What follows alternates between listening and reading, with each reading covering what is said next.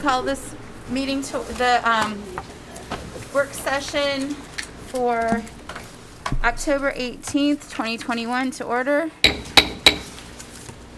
Just want to welcome you all here. This is our first time on the dais. This is my first time as chair on the dais, which is, so just tells you, how long it's been since we've gotten any kind of, getting closer and closer back to pre-pandemic.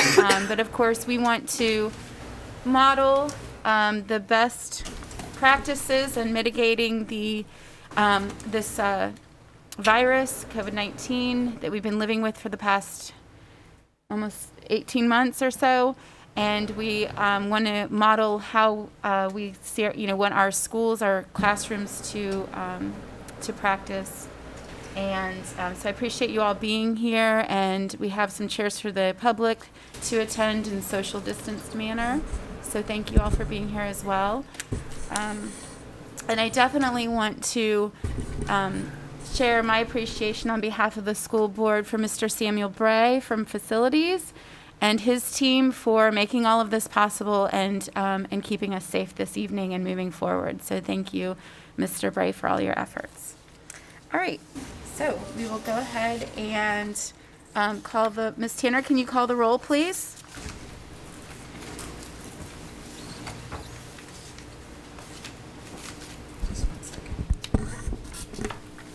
Basine? Here. Gampson? Here. Clanton? Present. Gabriel? Present. Jordan? Here. Smith. Here. And Martin. Here. Okay. All right. The first item that we have, item 2.01, is our return to school update, and the presentation will be given by Dr. Gibson. Thank you.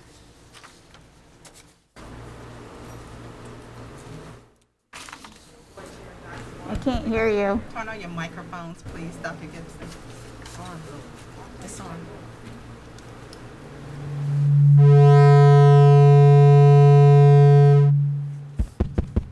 We're good now? Okay. I'm going to bring it closer to her. Good afternoon, School Board Chair Dr. Martin. Can't hear you. Vice Chair Mr. Clanton, School Board members, and Dr. Birdsong. This afternoon, we will share our return to learn plan for the 21-22 school year. You can't hear me? It might be the fan behind me, but Turn it off. I can. That's Yeah. fine. Although it's hot as heck. It is. Okay.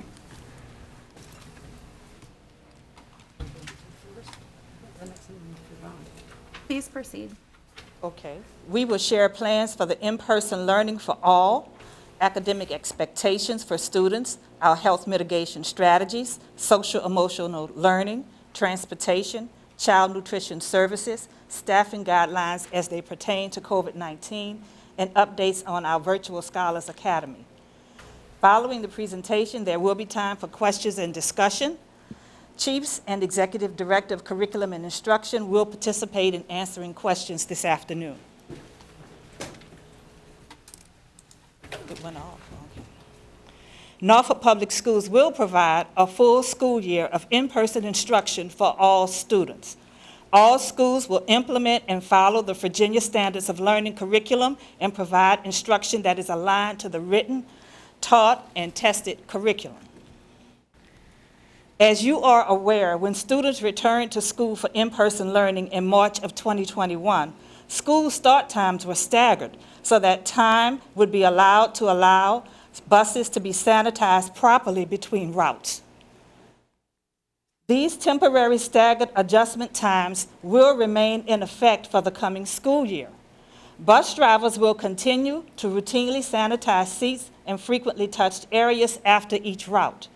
Staggered school start times will start on the first day of school, September 8th, and will remain in place until further notice. As students return to school, an instructional focus is paramount to success. The Department of Curriculum and Instruction has created enhanced pacing guides and curriculum revisions that address learning loss due to the pandemic. In order to support teachers in determining students' mastery of standards, Just-in-time assessments will be included in the daily curriculum and unit assessments for increased data collection to inform instructional and reteaching needs. Specific curriculum software will be included in the curriculum to provide individualized support in math and literacy. In order to ensure students have additional face-to-face time with teachers, supplemental funding for tutors during the school day, as well as before and after school, have been established for every school. Specific support for early literacy tutors for students in kindergarten through second grade classes who struggle with reading have been planned, as well as tutors for students in middle school for reading and math. Continued support from the literacy lab tutors for our schools with the highest needs with one-on-one tutoring is in place for 9 elementary schools. Finally, high schools will receive additional tutoring funds to cover all content areas, to include core, honors, advanced placement, and specialty courses. Funds have also been set aside for tutoring services specifically for our students with disabilities. The funding is in addition to the SOL remediation funds that have always been earmarked for schools. To support the instructional initiatives for this coming school year, meaningful and purposeful professional development has begun. There was a literacy retreat for elementary reading specialists and building administrators. Classroom teachers attended a literacy boot camp to prepare for addressing the needs of students. The first grade integrated curriculum is fully in place, and professional development opportunities were provided throughout the summer in social emotional learning, culturally responsive teaching strategies for unfinished learning, and performance-based assessments. The Summer Leadership Institute set the tone for ongoing professional development with goals for improving student outcomes. In the past, the Department of Academic Affairs and School Leadership provided ongoing monthly support to all schools through full-day professional learning to support principals as instructional leaders. Additionally, content area experts visited schools and provided support in lesson planning, lesson delivery, and aligning assessments to the curriculum. We will continue to provide professional development for school leadership in the 21-22 school year, but with a more intentional focus on providing schools and school leaders with differentiated support. This support will be based on each school's data and identified needs. Monthly data meetings will be held at the school level. These professional development sessions will be centered on student growth and student outcomes. Level 2 and Level 3 schools will have monthly data meetings in order to continue intentional support in areas identified for improvement. Level 1 schools will have data monitoring meetings on a quarterly basis unless the data indicates more frequent meetings are needed. All building level administrators will convene for a mid-year Leadership Institute on January 31st. They will also receive ongoing operations updates and instructional professional development in their clusters with their executive directors. School improvement grant schools will continue their monthly meetings as required for grant recipients in school improvement. Academic affairs and school leadership are providing professional development that fosters a culture of caring for our school leaders by modeling ways leaders can provide self-care activities for themselves as well as for their staff. During our Summer Leadership Institute with administrators, 3 of the 4 days included opportunities for school and central office leaders to participate in activities that were refreshing and mindful. Leadership participants were able to participate in paint time, add steps to their day by walking the halls of the outdoor track, play indoor games in the gym, learn how to de-stress their lives, and take a break for body massages. Throughout the school year, teachers will be able to collaborate during the day in their planning time and throughout the year in their mentoring programs. Principals will have self-care activities as part of each school's professional development plan. Employees will also continue to be able to seek assistance from the Employee Assistance Program. As we return to in-person learning, we are certainly prepared to follow the latest CDC guidelines. For safety and well-being of everyone, The core mitigation strategies will remain in place. Staff and students will wear masks indoors. We will maintain at least 3 feet of physical distancing indoors as much as is practical.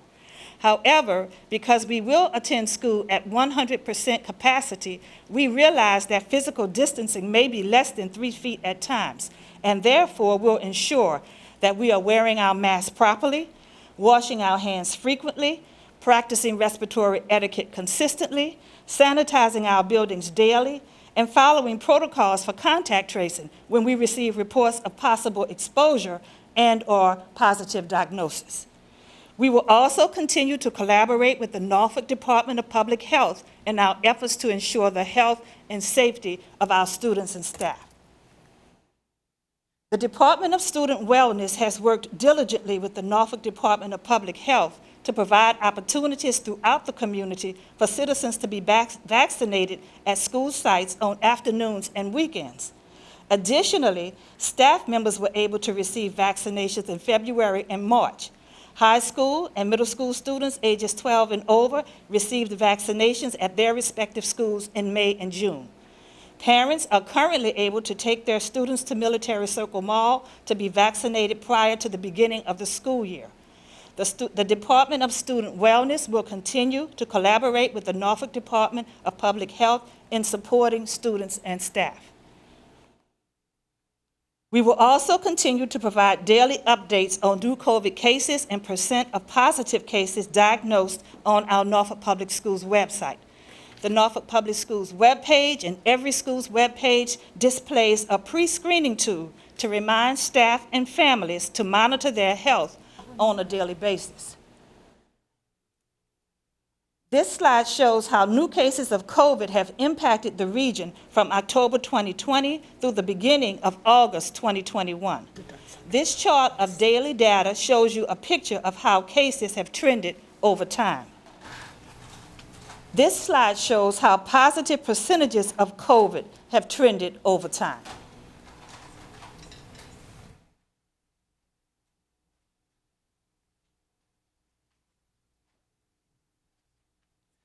As the school division has prepared to open, we're also prepared in transportation. Transportation throughout the school division may have buses operating at full capacity. Everyone on the bus will wear a mask. Siblings and those residing in the same residence may sit together. Windows will be open to allow for circulation of air. Drivers will sanitize buses at the end of each route. Parents and students may use the Here Comes the Bus app to find out more information regarding bus routes. Access to the app is under the Parents and Students tab on the NPS webpage.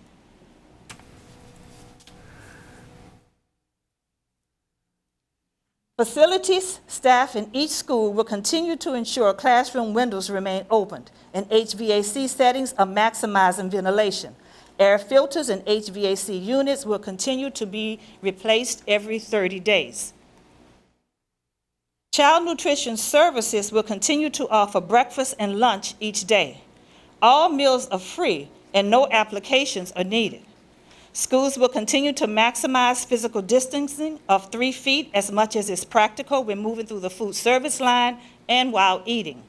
Schools will also continue to schedule their lunch shifts to allow time for sanitizing between lunch shifts. Schools will need to continue to schedule lunch in classrooms and/or the cafeteria so that physical distancing is maintained. Hand sanitizing stations will remain in place to promote hand washing before, after, and during shifts, as well as before and after eating. Throughout Norfolk Public Schools, each school will continue its intentional support of students' social emotional learning needs through positive behavior interventions and support under the umbrella of the Virginia tiered systems of support. Schools will also continue to host school activities through clubs, organizations, and athletics. Each school will have wellness champions. Counseling supports will be provided for students throughout the district so that students may receive help as needed from school social workers, school counselors, and school psychologists. We also have school behavior specialists in place throughout the division. Health mitigation guidelines for athletics are being diligently enforced, and this slide shows how the sports season is organized for the school year.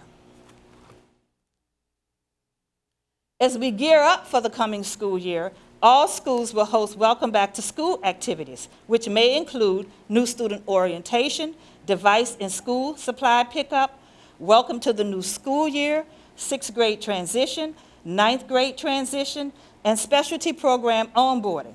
Our family engagement efforts will continue to inform our families as we make them feel welcome throughout the division. We are providing school supplies for students at every school. Principals have submitted lists requesting school supplies, and when students report to school on the first day, supplies will be ready for pickup. Back-to-school events may be virtual and/or in person. This will depend on how the schools determine how to best provide opportunities for their families while staying safe. The Virtual Scholars Academy for the 21-22 school year accepted applications and requires students to meet eligibility requirements. Students in grades 4 through 12 were given the opportunity to apply for Virtual Scholars Academy prior to the close of the school year. Eligible students needed to have fewer than 10 unexcused absences, and they also had to pass core classes for quarters 1, 2, and 3. The deadline for applying was June 14th, and the Virtual Scholars Academy is planning to open this school year with approximately 420 students. The current VSA acceptance by grade level is posted on this slide. The VSA program was advertised on the school division's webpage and on each school's webpage. Advertisements were communicated through social media, schools' newsletters, Blackboard emails, and robocalls. Demographics for Virtual Scholars Academy is listed on this slide. Virtual Scholars Academy is an inclusive program. Listed here are the numbers of students who will receive some type of educational support service. While virtual Virginia courses are used throughout our division, they're mainly used for courses to ensure students have complete schedules and the courses they need for graduation. If courses have small numbers, a virtual Virginia course is used to still be able to provide that course. This slide shows the breakdown of students who have virtual Virginia courses. Students take these courses along with their other Virtual Scholars Academy courses that are all taught by Norfolk Public Schools teachers. For families indicating that due to personal reasons they needed to have a virtual schedule, we worked with Virtual Virginia to enroll these students into their program.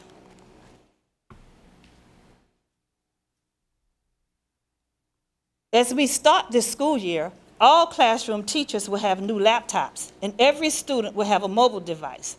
Like last year, MiFis will be available for any student who needs a MiFi. We are currently in year 1 of a 3-year plan for all classrooms in the division to have interactive flat panel displays.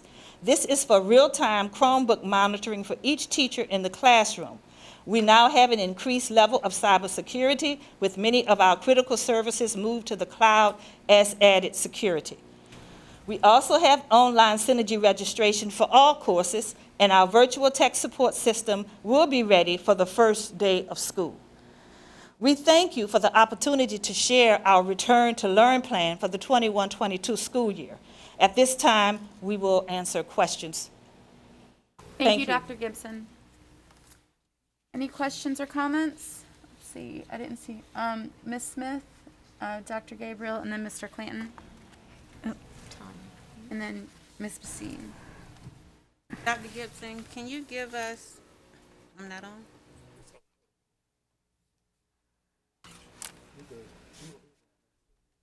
Okay. Dr. Gibson, can you give us can you elaborate on the pre-K enrollment and how does that look for us this year compared to the previous year? I cannot give you specific numbers, but pre-K enrollment is in-person enrollment. And just qualitatively speaking, in talking with one pre-K principal, he was almost at 100% enrollment at the beginning of this week. So we're looking forward to our pre-K students returning. Right now, I don't have specific numbers for you. Okay. Dr. Birdsong? Ma'am. Go ahead. And just to thank you, Dr. Gibson, for that. We have experienced an increase in enrollment compared to this time last year.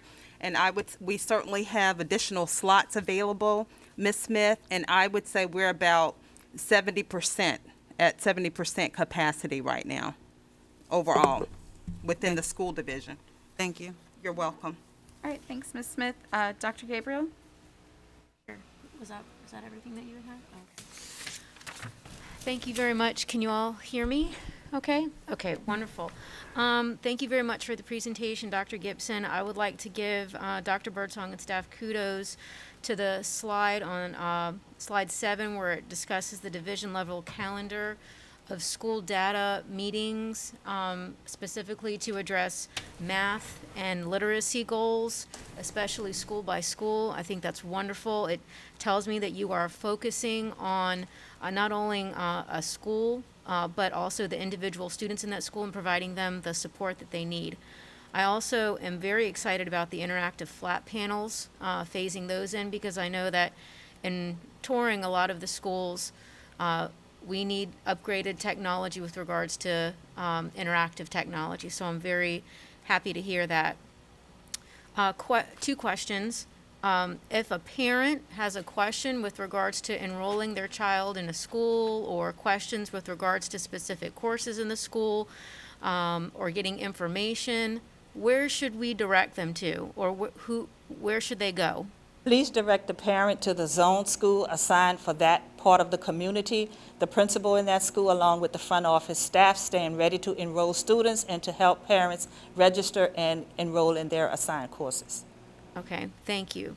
And then I appreciate the question asked by Ms. Smith with regards to pre-K. And then finally, we know that we are going to have outbreaks once school starts. The numbers, as you pointed out in your presentation, are going up. What sort of backup plans has the administration discussed with regards to students who may need to quarantine, staff who may need to quarantine? For students who may need to quarantine, we're going to work with those families just as we have in the past when students have been sick.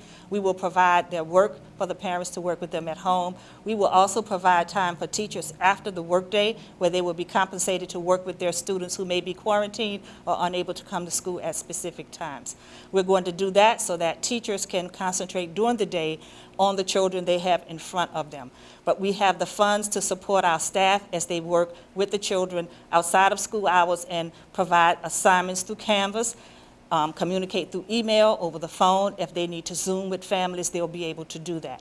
As far as staff is concerned, we will follow the policies that are set forth for our staff when they are quarantined or when they need to be out sick. We will work hard to enlist substitutes who are able to help carry on instruction, work with teacher leaders in our building as well as our instructional leaders to support those classrooms to continue with that curriculum. Thank you. You're welcome. Is that all for you? Go ahead, Mr. Clanton. All right, thank you, Dr. Martin. First and foremost, thank you for the presentation. A lot of great thorough information. I just want to highlight a couple items here, particularly about the Virtual Scholars Academy. So if we have a deadline that was in June, but if we have individuals who are now requesting to be in the Virtual Scholars Academy, what's the protocol for that? Virtual Scholars Academy is closed. However, we have received some new openings from Virtual Virginia. Anyone who needs to attend school other than in person needs to contact Dr. Cataldo and work with him. He will give them the information they need so that they can apply and be placed on a waiting list if there are no openings. And that's pretty much what they need to do at this point. They will probably, if they don't get into Virtual Virginia, then they will probably be placed on a waiting list for the future if an opening occurs. Got it. So the waiting list, that was my other piece. So there's a wait list that's associated to Virtual Virginia. Yesterday, there were openings associated with Virtual Virginia. I can't speak to if they have filled. Dr. Cataldo, can you speak to that for us, please? They have, if you can hear me, Okay. Yes, so we have created a waiting list.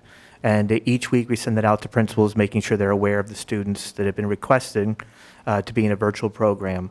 We have been able to enter many of our students from the waiting list into Virtual Virginia because Virtual Virginia just recently opened up again. And we actually have another window later tomorrow to be able to allow more students to get in. So we've been asking parents to please fill out an application. I've received a lot of emails and a lot of phone calls that's sending out a lot of applications. Once they get into me, that starts the process. We can put them on a waiting list and then work with Virtual Virginia. And where can they find that application? The application is found online, or they can just email me, or they can email vsa@nps.k12vaus. Okay. All right. Thank you. I also wanted to highlight the fact that we still have vaccination clinics that are going on, and that we're working with the Department of Health, from my understanding here, and so that they can go to Military Circle, right? Any child that's 12 and up? At this point, we are encouraging parents, if they are asking for a place to go to Military Circle Mall for their vaccinations. When school begins, Dr. Moore is currently collaborating with the Norfolk Department of Public Health to see if we can bring vaccinations back into our schools. Great. And the last thing that I just want to hear, and it's not even a question, it's just I want to highlight under the technology. I know that there was a major, when we think about this, the beginning of this pandemic, and we were going home with paper packets, to see that we also listened from our staff last year when we talked about the technology, and to see that the first bullet here is that all of our teachers in the classroom are receiving a new laptop. I commend you for that, making sure that we put the necessary resources in place, and that every student is going to be issued a mobile device, whether that's a Chromebook or an iPad. So I take it that if we have some of those things that Dr. Gabriel mentioned, where students may have to be home, because we've had incident, there is no disruption within the learning process because we have the technology in place, and also that MiFis are available to ensure that we really disrupt that inequity that we saw regarding access to internet. So thank you. Thank you. I just want to say a little comment about that is to any parents, students, teachers that are listening, please check out an NPS device. It comes with NPS tech support. Even if you have your own device, we'd like everyone to be on the same system. So, Ms. Bassine and then Ms. Campson. Thank you, Dr. Martin. And thank you, Dr. Gibson, for the presentation. As my colleagues know, I've had several questions over the past month that I've posed to the board and Dr. Birdsong. So I appreciate the opportunity to ask some of them here. To piggyback on some of the questions that have been raised so far, are there updated health protocols, mitigation protocols posted anywhere so that a parent can see exactly what would be entailed should their student have to be quarantined?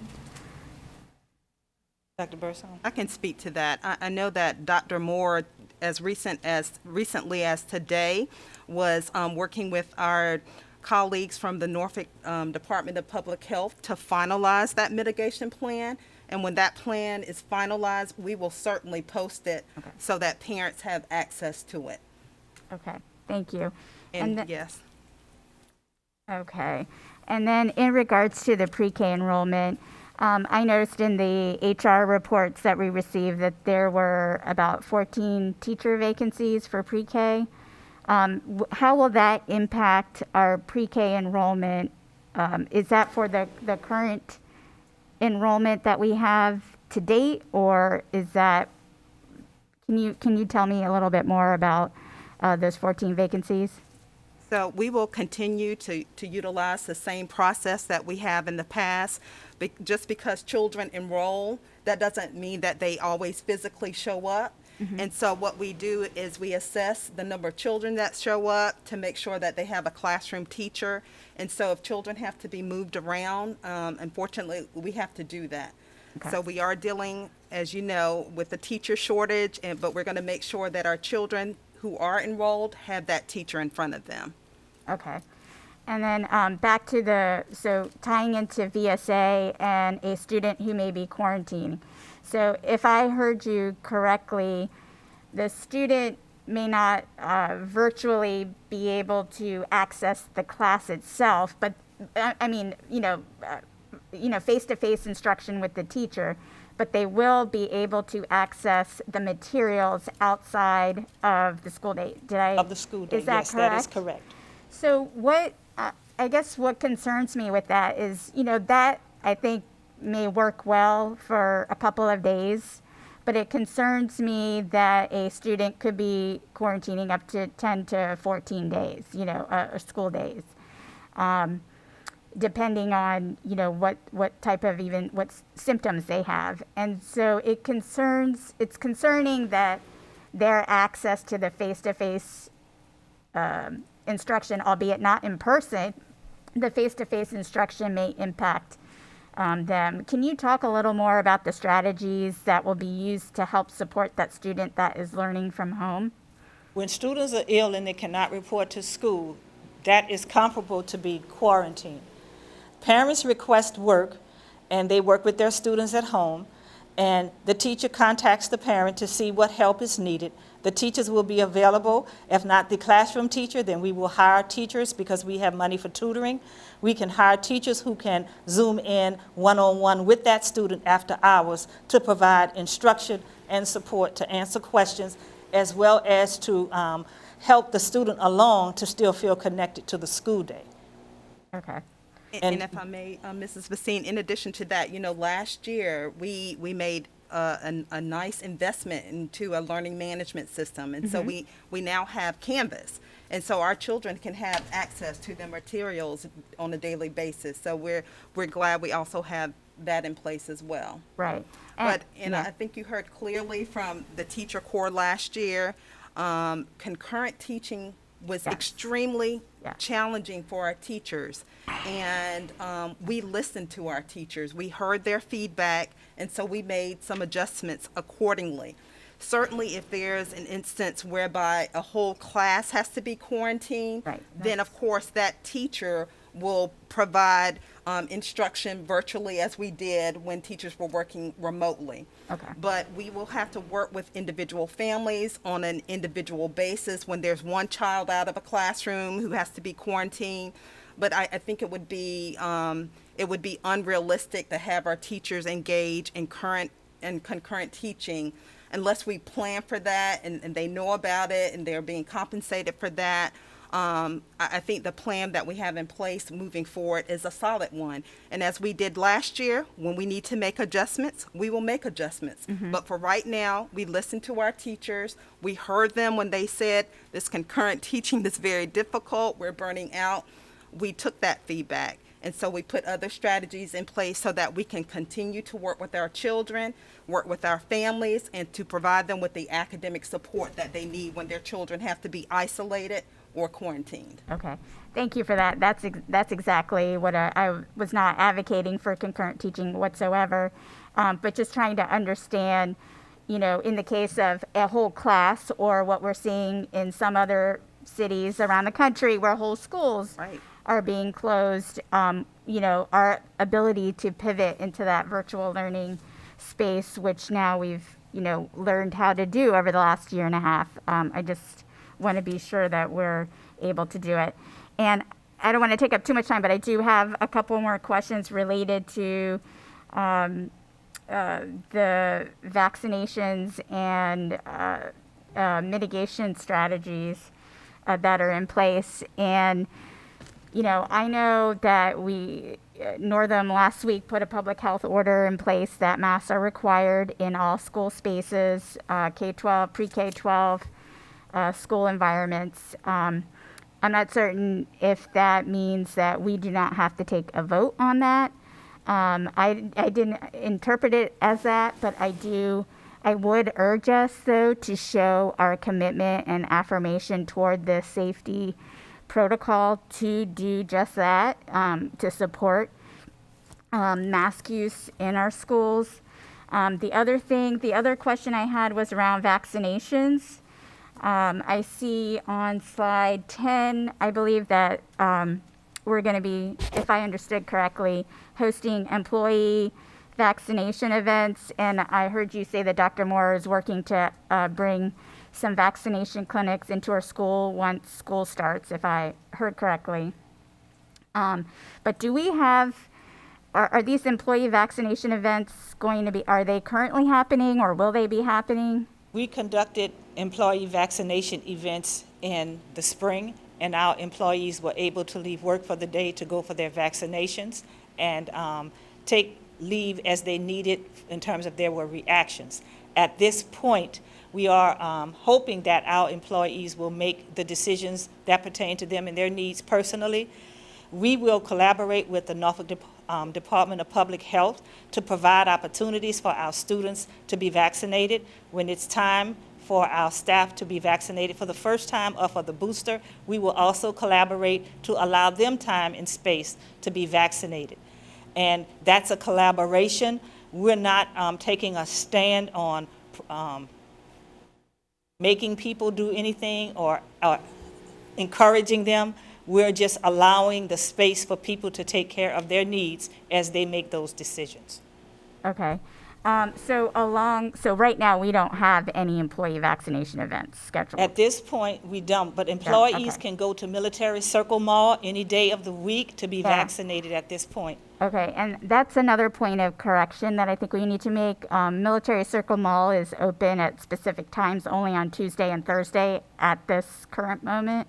So we might want to be sure that that information is updated and corrected as well. But going back to your point about making people do things, one of the things I feel very strongly about, given that our elementary school students, our youngest students, are not eligible to be vaccinated, I believe that every adult in the school building that is student-facing should do everything possible to protect our students. And with that, I am in full support of mandating vaccinations of our employees, and would like to ask or seek support from the board to do that, to provide opportunity to mandate vaccinations. I think a year ago when we were talking about school reopenings, we talked about, well, God forbid something happened to one of our students or one of our teachers, and now we're saying, well, we don't want to make, I don't mean to be, I'm saying this is a conversation going on across the nation, but I'm not trying to use your word specifically, but I feel like if that is in fact true, then everybody should be in line getting vaccinated today. And unfortunately, that clearly isn't happening in our city. And I think we as an organization should set an example and ask for that. And I'd really like to hear the thoughts of my colleagues on that.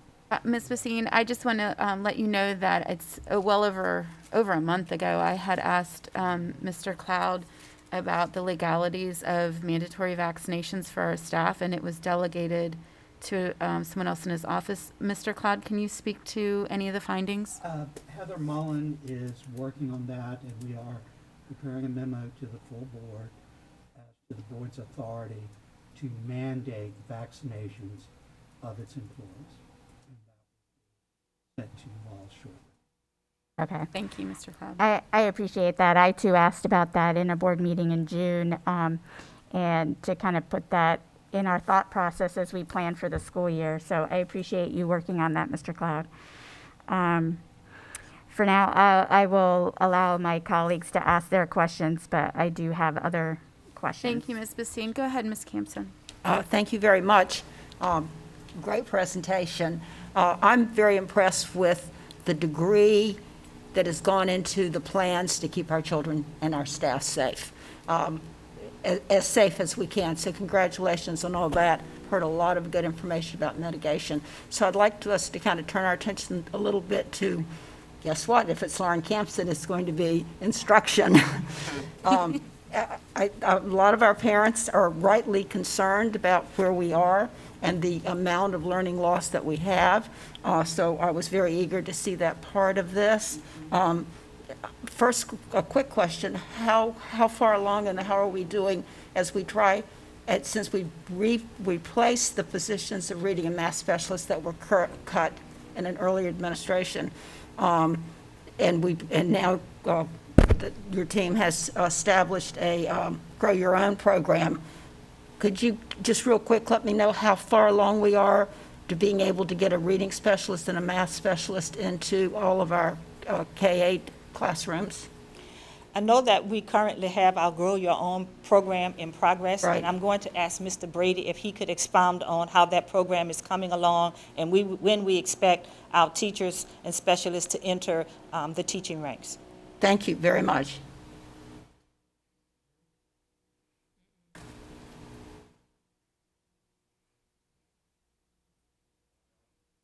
Yes, just speak up a little louder, please. Talk louder. You're on. You're hot. Grow Your Own program is, there we go, started in January, and both the reading specialist cohort and the math specialist cohort are scheduled to end next summer. So they're a third of the way through. Yes, So, okay. yes, so they will both finish next summer, and then we'll be able to place them into vacancies that we have at that time. So they're going straight through. They've had classes all summer. There's no time off. So we're getting them to the finish line just as fast as we can. All right, so we've got that lined up. We've just got another year to wait. Yes. And might we, in an emergency, pull some of these people in if there are locations that are really struggling in reading or math literacy? So I'll address that, Ms. Campson. So we hear you, but what we can't do, as you know, is strip classrooms. So if we needed to, if there were, so. And that makes sense. Okay. All right, thank you for that answer. Yes. All right, so I'm also looking at the added tutors, the K2 PALS tutors. I have heard about that already, and that's exciting. That's just what we all need. I used to have to use my pre-K people during nap time to go and work with the kindergarten. Also, the whole tutor system, how is that, is it, are you looking at the needs of each school based on the latest data that we have on the PALS testing and the SOL testing? Or Mr. Brady again? Yes.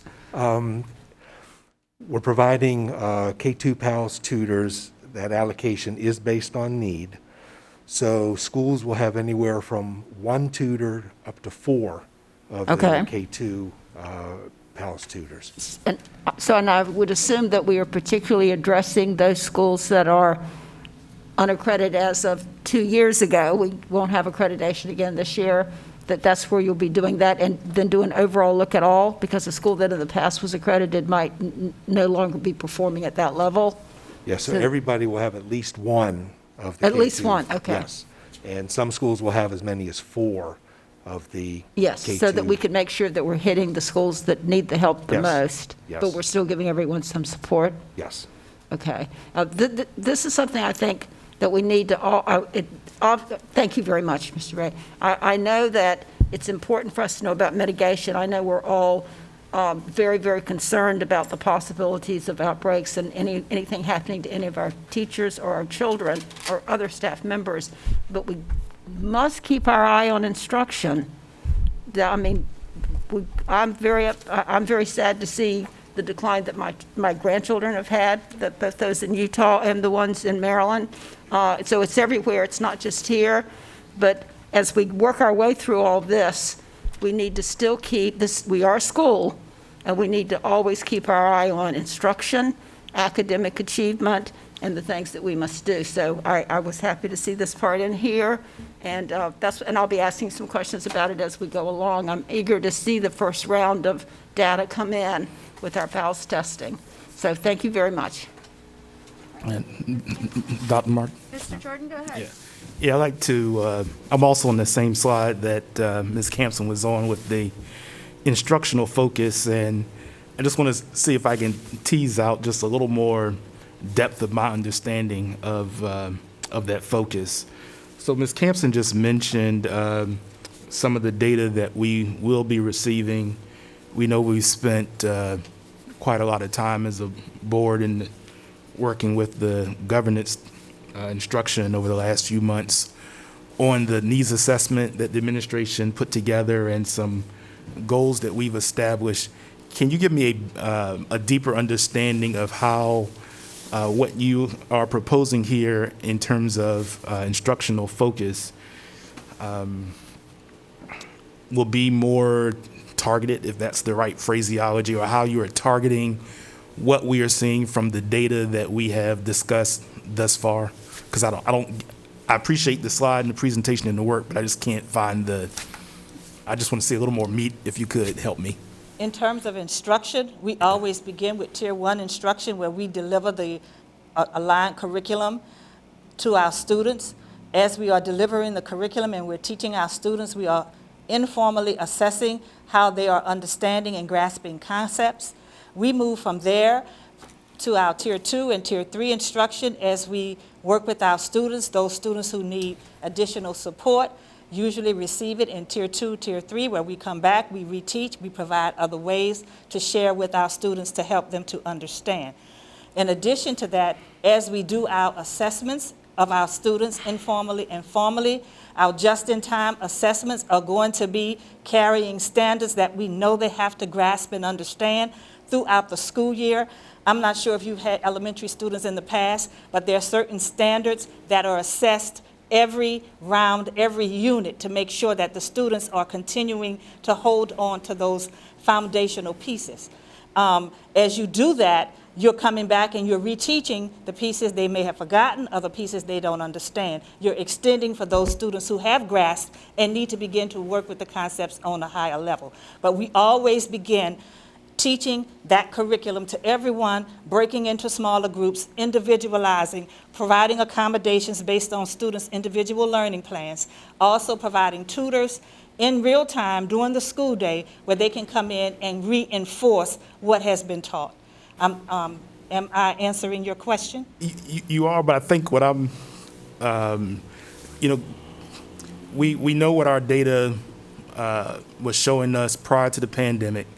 We know what our data was showing us during the pandemic. We know what our data is showing us now. We know that we have, as you all mentioned, some schools that are in school improvement. Ms. Campson mentioned some schools that are at differing levels when it comes to some of the academic performance that we've seen. I guess I'm trying to get a better feel for, as we are going into this year, coming out of last year and what we know, what are some things that we are doing differently, maybe more innovative, maybe more focused, perhaps differentiated, when we look at some of the data that's showing us on a school-by-school basis. Yes. I guess The is what I'm trying to get a instructional feel for. software we've purchased for the coming school year, Admentum for math and Lexia for our literacy, will help students in terms of providing them with individualized support.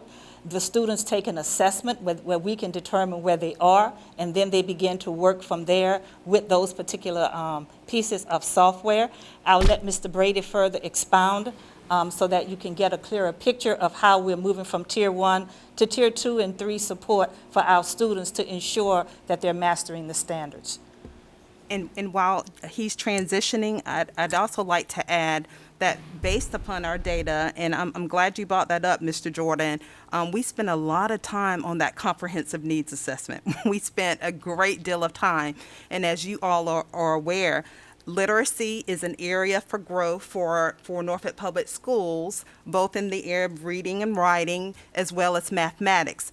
As a result of that, we were able to hire 2 additional central office administrators in that area so that we can have one coordinator who will focus on elementary and then another focused on secondary, both in the areas of mathematics and reading. So we will be able to provide a much higher level of support in those areas. In addition to that, based upon the data, if we go back to the data, we are looking at and have looked at individual schools' performance data. And as a result of that, our schools have been tiered. And so those schools that need the most support, they will get the most support from central office. In fact, we have planned data meetings at those schools. And I know, Mr. Brady, you can speak more to what those meetings will look like. But on at least a monthly basis, we will have some central office administrators going out to the schools to work with the building principal and assistant principal and teachers and teacher leaders in that building to look at the data, but not only look at it, but their next steps. What do we do as a result of the data? And so our staff has certainly been trained in that area, because I think in the past, we've done a great job of disaggregating the data. But the important step is, what do you do with the data once you get it? And so that was one of the primary reasons we added staff, so that we could have support in those areas of focus, because, Mr. Jordan, we do want to focus on our focus, which includes mathematics and reading.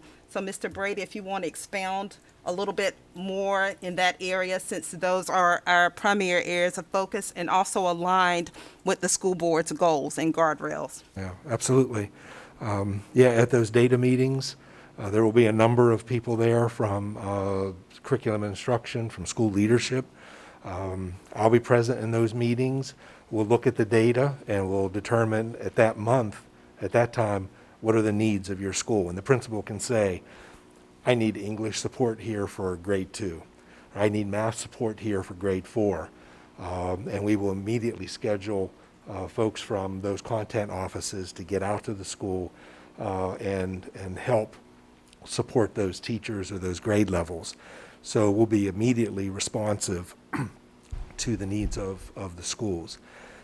To elaborate a little bit on the software that Dr. Gibson mentioned, very, very excited about the software and the capabilities. We haven't had anything in place like this for a while, but the programs in both math and literacy, they will import the STAR data. And that STAR data will create within the programs an individualized program of support for each child in that classroom, for each child in the school. Whether they are, let's say, 2 grade levels ahead, it will take them where they're at and continue to move them forward. If they're a couple grade levels behind, it will address what the deficiencies are that they have, and it will provide them with learning experiences on the platform. We'll take them through activities where they will be learning and improving on those deficiencies, and then it will reassess. And it'll determine whether they're up to where they need to be or if they need more work in that area. So as a classroom teacher, I could have 20 students in my class, and they might be at 20 different places within the literacy and the math programs. So it is as individualized as we could possibly get to address each individual student's learning needs, whether they're behind or whether they're ahead. Right? And one other just clarifying question on thank you for that, I'm sorry, thank you. On the tutoring piece, are we saying that we do have these tutors in place, or are we saying that we will have these tutors in place? So we will have, we have budgeted for those tutors, and certainly it's the building principals. We expect that they will be able to decide who they want to serve as tutors in their buildings, and so they will be in place, and I'm sure they probably already have identified some people that they want to work with their children. Yeah, and I guess what I was just asking in terms of readiness, if there's an active process by which individuals who want to tutor, can you just describe what that process is so that we will have in place what it is that we are funding to have in place? Considering the staffing the shortages we have in staffing that we've experienced over the last few years and even now, principals have always used retired teachers. They've used college students. They can also use high school graduates. They will need to vet those who are college students and high school graduates as they apply, but the tutoring classification does allow them to hire individuals who don't necessarily have a bachelor's degree. But we have relied very heavily on our retired teaching ranks, and our retired teachers have been very faithful in supporting our schools and coming back and working with our students. So we look forward to working with our universities to recruit college students, as well as working with our high school graduates in the region who are able and capable of coming in and supporting and helping our students. And school board members can tutor as well, Mr. Jordan. Well, I'm willing to do so. If you let me know the time, I'd be more than happy to do so. All right. Thank you. And Ms. Campson, then Ms. Bassine, and then I think we'll wrap it up. Thank you.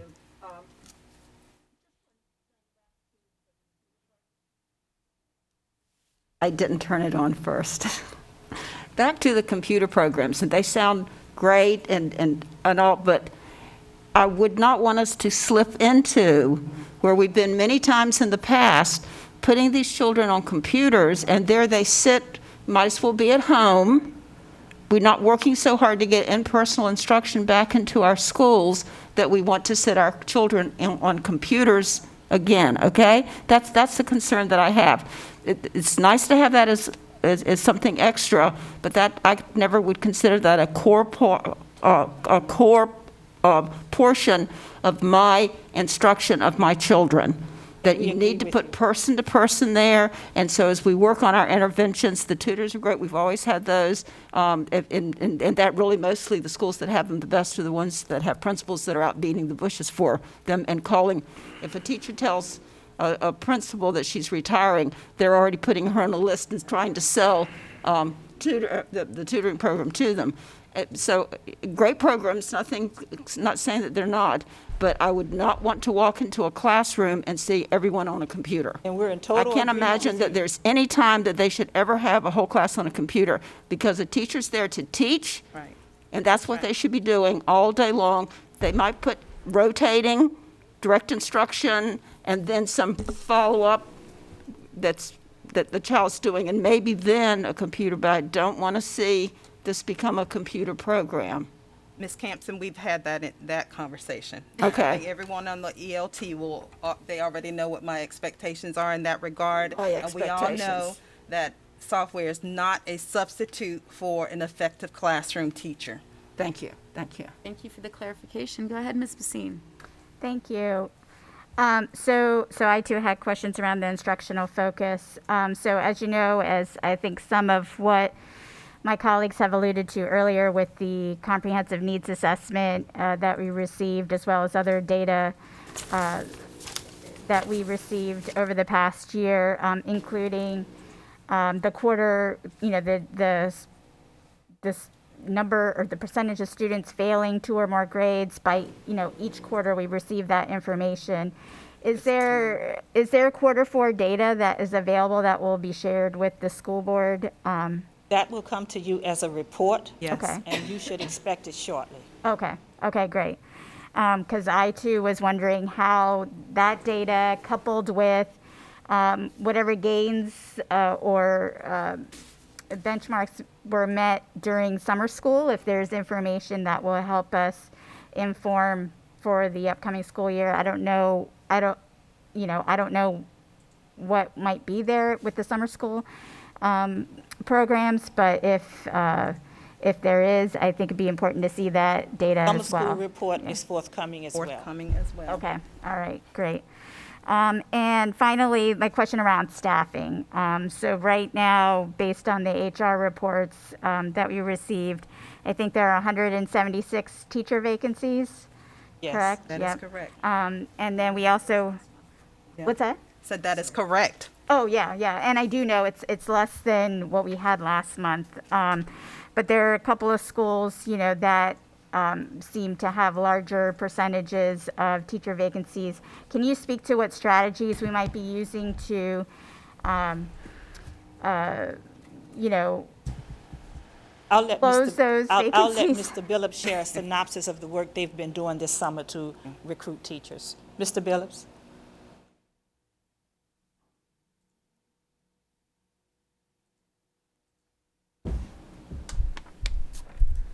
School board members, good evening. As far as the number of vacancies that you have, the report that you actually are looking at now is, you received it on August the 11th. However, it's for data that was for August the 3rd, because we have to actually pull the data from our system, and so there's a lag period. So there's actually fewer than the number that you actually currently see. So our recruitment efforts continue. As you know, our process is such that principals have the opportunity to go into our system and see if they're viable candidates, and then they can schedule them for interviews readily. And so that is the process that it allows the principals and the assistant principals to pull in the candidates as they are there. As you know, we are in a severe teacher shortage at this time, and our administrators are actively in the system because it's a 24/7 system that they can go in, and as soon as a viable candidate presents themselves, then our folks are on it right away trying to recruit them. And so we've hosted a number of our own job fairs this year, as well as attended any job fairs that have been made available. But most organizations, as we know now, are doing everything virtually. And we've had good success with our own job fairs. And although we may have 100+ vacancies, which is not different than any of our, not only just neighboring school divisions, but throughout the state as well as throughout the nation. We currently have approximately, I think it's 2,300 and some actual teachers that we do have on our books. So our vacancy rate is not as high as it could be, and in actuality, it's lower than it has been in some previous years prior to COVID, if we go back and look at our trend and patterns over the past 5 years, which you have evidence of that on the one of the reports that's provided to you. Okay, thank you. And in regards to the staffing, so with bus drivers too, can you share a little more, and this might be a question for Dr. Gibson as well, but if I understand the change in the staggers based on, because we were hybrid last year, and can you share why we're maintaining that staggered system? I appreciate that question because I have to be honest with you. When it was presented to me for staggers for next year, I did push back, and I said, I think we need to be ready to move forward with our regular schedule. But in thinking about this Delta variant, and thinking about the cleaning and sanitizing that needs to take place between the runs, we just did not want to be unrealistic in putting our buses out there after each run without having them appropriately clean for each run. So that's why we needed to maintain the stagger, so that after each run, our bus drivers could do what they need to do to ensure that the buses are as clean as they can be and ready to transport children. Right. So while it is an inconvenience, we understand that. Please know we want it to go back to the regular schedule, but we believe that it is in the best interest of our children if we clean those buses between the runs. Right. Okay, thank you.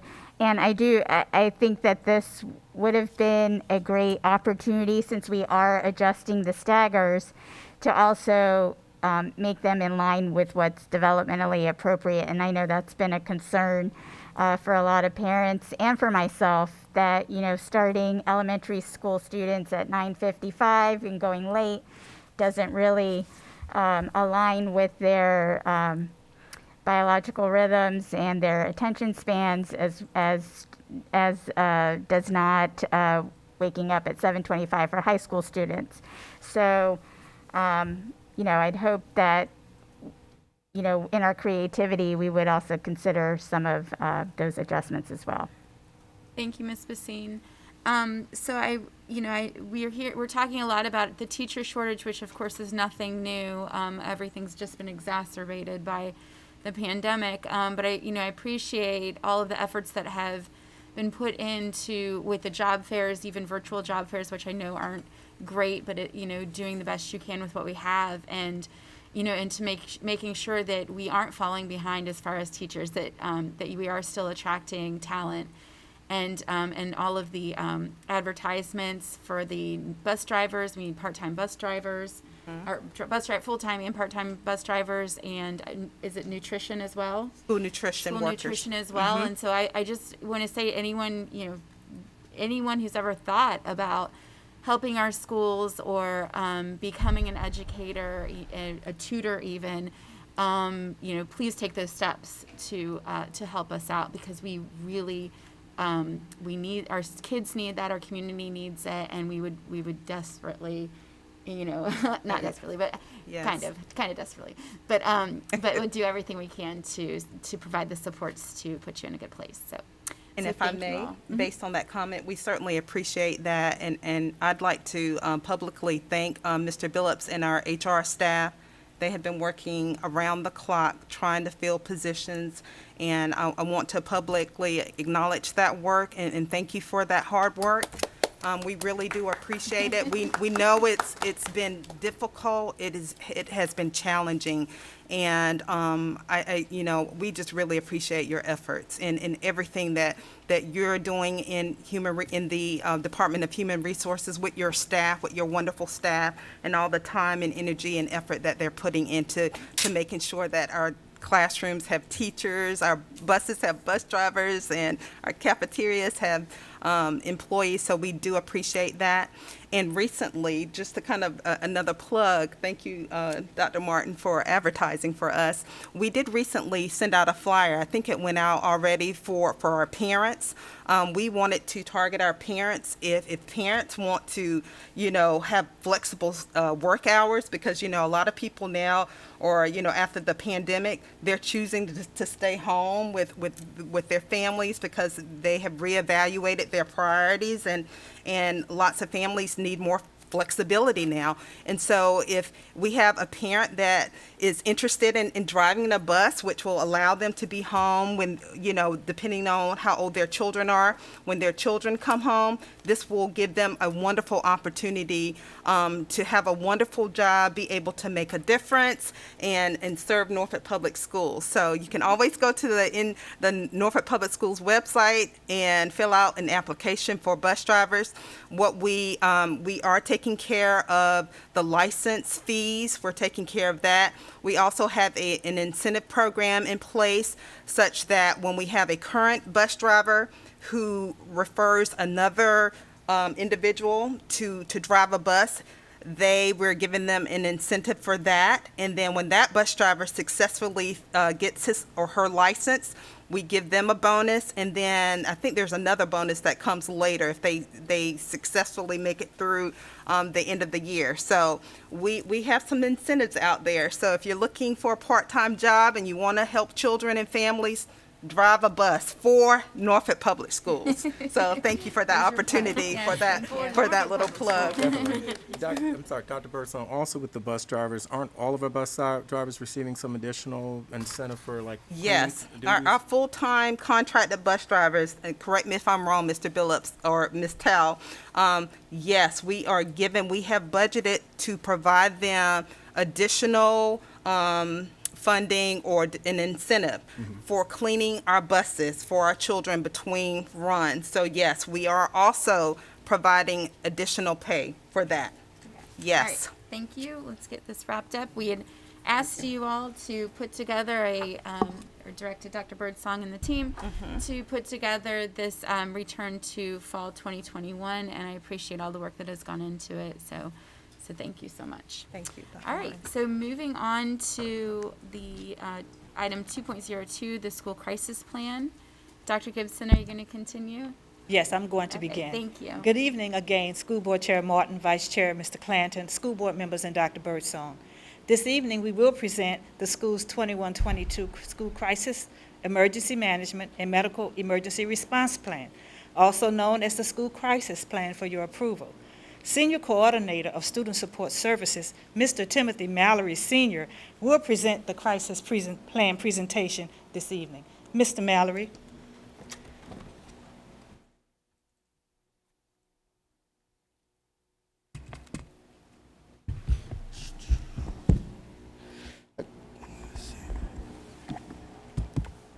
Good evening, School Board Chair Martin, Vice Chair Clanton, board members, and Dr. Birdsong. This evening, we will share the federal and state requirements, Virginia School Safety Audit Protocol, template components for the crisis plans, questions and discussion, and requests for your consideration for approval. To begin, all K-12 and higher education institutions receiving federal preparedness monies through the U.S. Department of Education, the U.S. Department of Homeland Security, and/or the U.S. Department of Health and Human Services are required to support the implementation of the National Incident Management System, NIMS. NIMS is the United States single comprehensive system to implement all phases of school emergency management. Also in accordance with Virginia Code 22.1-279.8, school safety audits and school crisis emergency management and medical emergency management response plans are required. Each school board shall ensure that every school that it supervises shall develop a crisis plan, a written plan. As you're aware, the Department of Criminal Justice school safety requirements include the annual review of schools' crisis plans. The school safety audit protocol also includes the Virginia School Survey of Climate and Working Conditions, crisis management plans, the school safety checklist, the school safety survey, and the division level survey.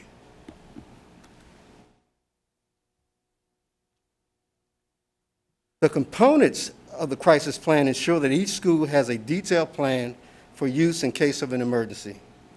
New to the document is a record of changes form at the beginning where school staff will log in changes and updates as they occur throughout the school year. The order of succession page lists roles of staff, roles staff will assume should an emergency occur. In addition to floor plans, we have included maps that show the locations of cameras, emergency equipment, and utility shutoffs, which would be a great value to emergency responders. The plans identify both primary and secondary evacuation locations with pictures and contact information.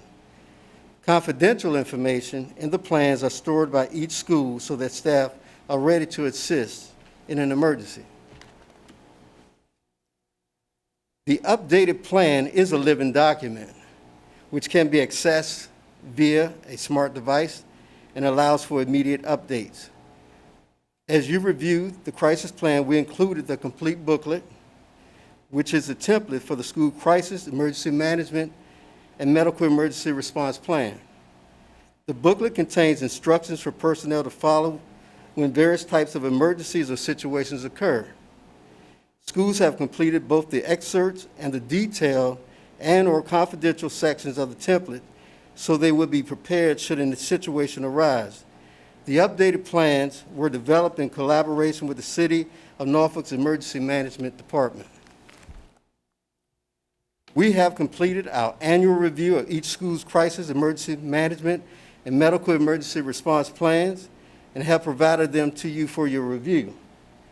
Thanks so much for your time and efforts in reviewing our crisis plans. Following questions and discussions, we ask that you approve the crisis, emergency management, and medical emergency response plans for certification by our superintendent, Dr. Birdsong. After the board has approved and certification is processed, copies of the plans will be provided to the City of Norfolk Department of Emergency Management to be shared with the Norfolk Police and Fire Chiefs. At this time, we open the floor for your questions and discussions. Thank you, Mr. Mallory. Any questions? Discussion? All right. Thank you for your time and your Thank efforts. you. I appreciate it. Thanks for keeping us safe. All right, going on to item 2.03, the Council of Great City Schools timeline, and this is concerning our governance training. Am I on something? Yeah. Going to do the timeline first, Dr. Gibson. Thank you. Okay. So does everyone have their timeline in front of them?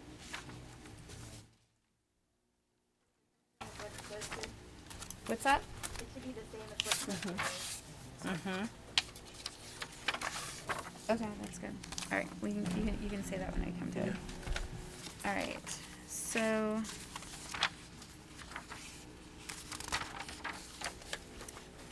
I have them on with my notes. All right, so at our July governance training, we drafted our goals and guardrails and our interim goals and guardrails, which we'll receive next week.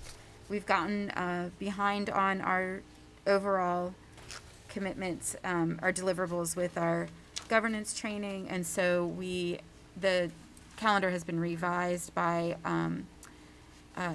AJ and Cindy, who's our trainers, and so at this point, I think we should start. We can go over August and moving forward. Actually, I'm just going to start with questions. So, any questions about the revised timeline? Go ahead, Ms. Basine. So how are we addressing? Let me turn this on. Sorry, my mic was off. So how are we addressing the items that are in red that are prior? Mine's in black and white. Wait a minute. What's that? Mine's in black and white. Oh, okay. So, for instance, for the board retreat, we didn't do the board self-evaluation, the agenda evaluation and redesign. So those items which we know we didn't get to during the retreat, are those just automatically, are they going? So I guess they're going to be implemented throughout the coming. So, for example, September 15th, the board conducts self-evaluation to set base score. So that's something that's going to be emailed to us, and that we'll do. We won't be doing that in person. So it's going to be added in different as deliverables in the timeline moving forward. Okay. So we'll be doing that between now and September 15th. In December? Yes. It's September 15th. Right. Yes. Okay. And the other thought or request is if it's possible to get the draft interim goals and guardrails, I think it says, let me get here, to September 10th. Yes. Is it possible to give the board a little more time to review them prior to September 10th? Well, when that date was set because that was determined to be the earliest date that they could be given to So that's us. the earliest possible date? Yeah. Okay. I know we're all anxious. Anyone else? Ms. Campson, go ahead, and then Dr. Gabriel. Your mic's not on. Once again. I mean, I'm looking at all this, and I guess I thought we were doing governance training, and I'm not quite sure what a lot of this has to do with it. I know that the work that we've done in lieu of the superintendent doing it on the development of a strategic plan, where we kind of stepped in and took that over, is a part of governance training. So I'm having a problem kind of with this whole thing. I know when we met in July, if you said something that the trainers didn't agree with, you got a long lecture, as I did when I talked about having high expectations and was told I was not allowed to use that term again, as when I said that I believe that we should always strive for 100% of our children being proficient. I got another lecture.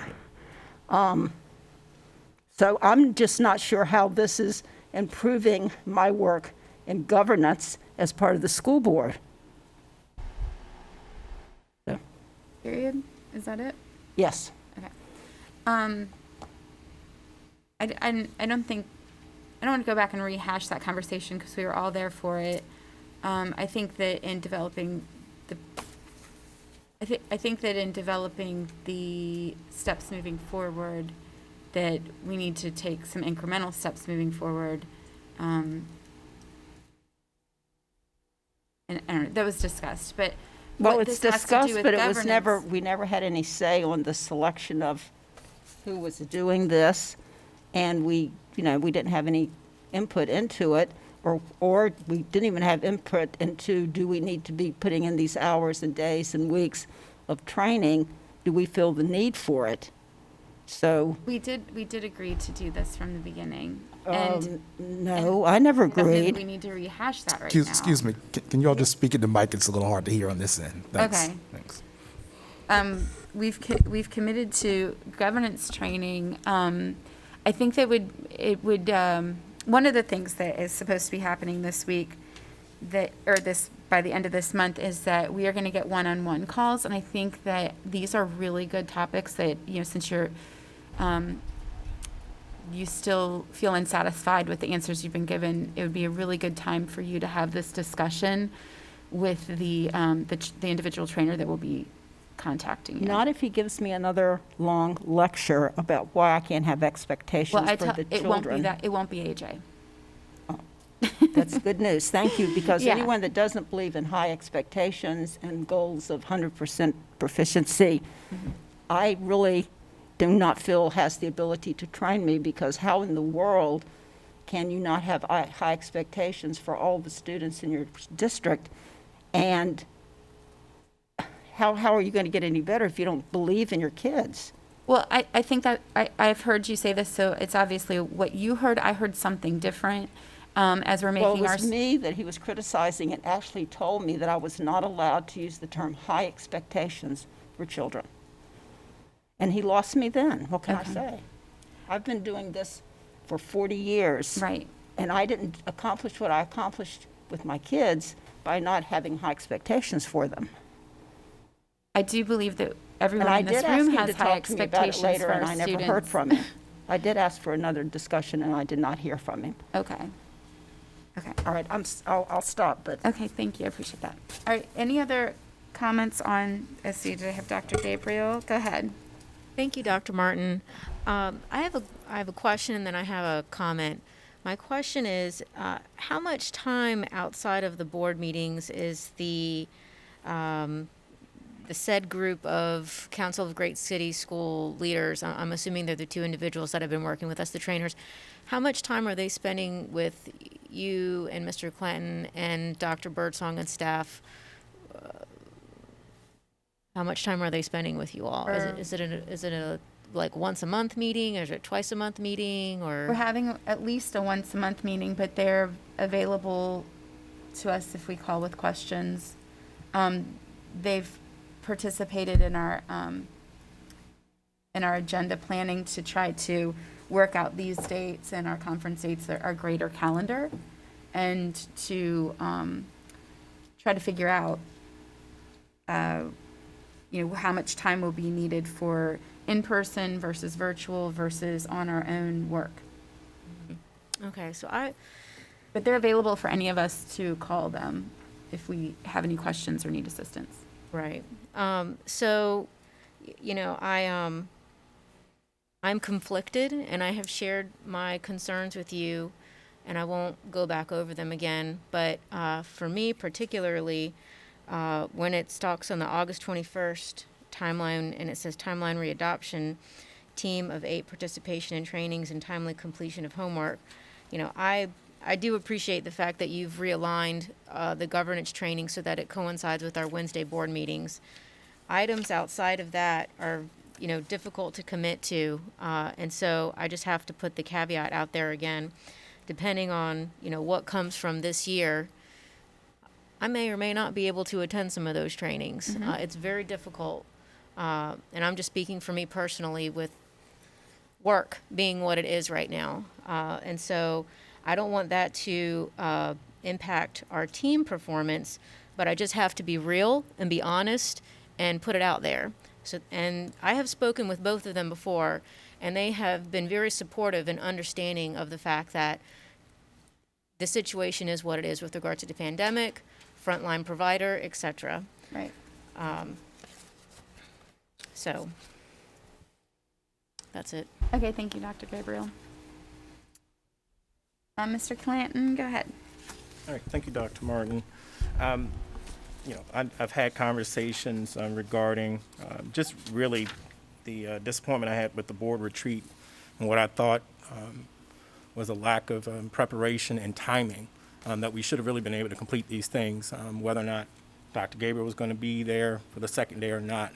But I appreciate the fact that they've come back and we do now have a schedule.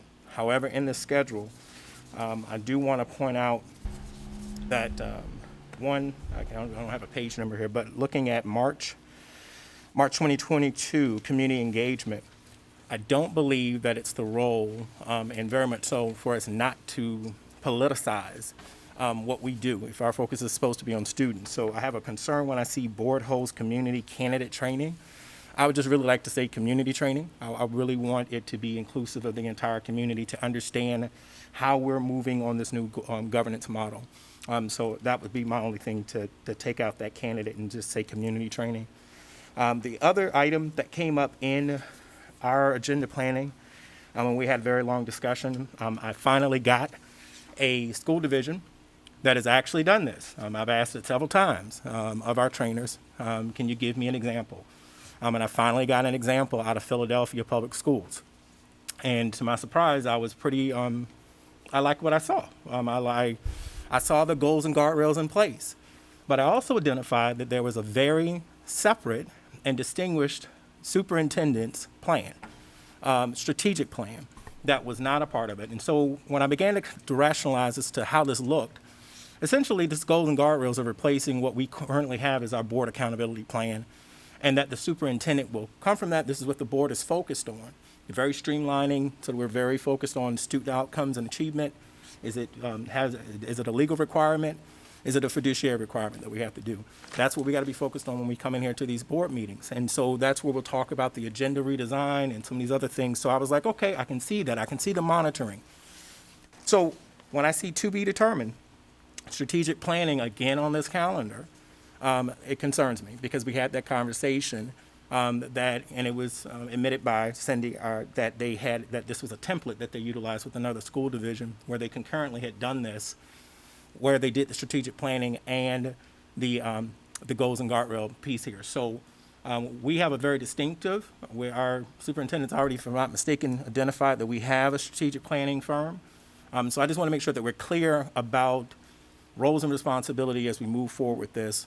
Because I want to make sure that we send a clear message to the administration, because in my opinion, I want everybody focused on reopening schools and making sure that runs smoothly. And when we look at a September 10th date, that was because of the fact there's a lot that goes into reopening schools and making sure we onboard staff and so many other things. So my only thing is when I see this to be determined strategic planning, that we identify and know that that is what we've identified as the role and responsibility of the superintendent, and not a part of this process. I think that's exactly why it says to be determined, because that information would come from Dr. Birdsong and our strategic planning. But does it need to be on this consultants timeline, though? This Well, is because not, they go together. This timeline, it's there as a placeholder for her when she gets that point to tell us when she's ready for that. Because these are,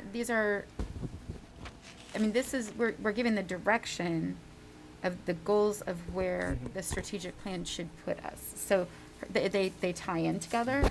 So to take it away and So in other words, we're try just to saying do as a- these in silos doesn't. no, so we're just saying as a board, we want the superintendent to report back to us along with their consultants, their strategic plan. Right. Got it. As long as I'm clear, I just want to make sure it's open. It's not interfering in the work of the strategic I plan. just want to make sure we're totally clear on it as we're going over this, because we're going to take a vote on a timeline here, and what things are placed in here. It's codifying it from as a board that we're agreeing and saying that this is how we're going to move forward. So as long as we're clear on that, I'm cool. Okay. And the only other thing I asked was not to use the political word candidate. I just like to use community training. I made a note of that. There may be an intentional reason why that's there, and I don't know, but I did make a note of that. All right. Okay. Ms. Basine, go ahead. Yeah, I just wanted to share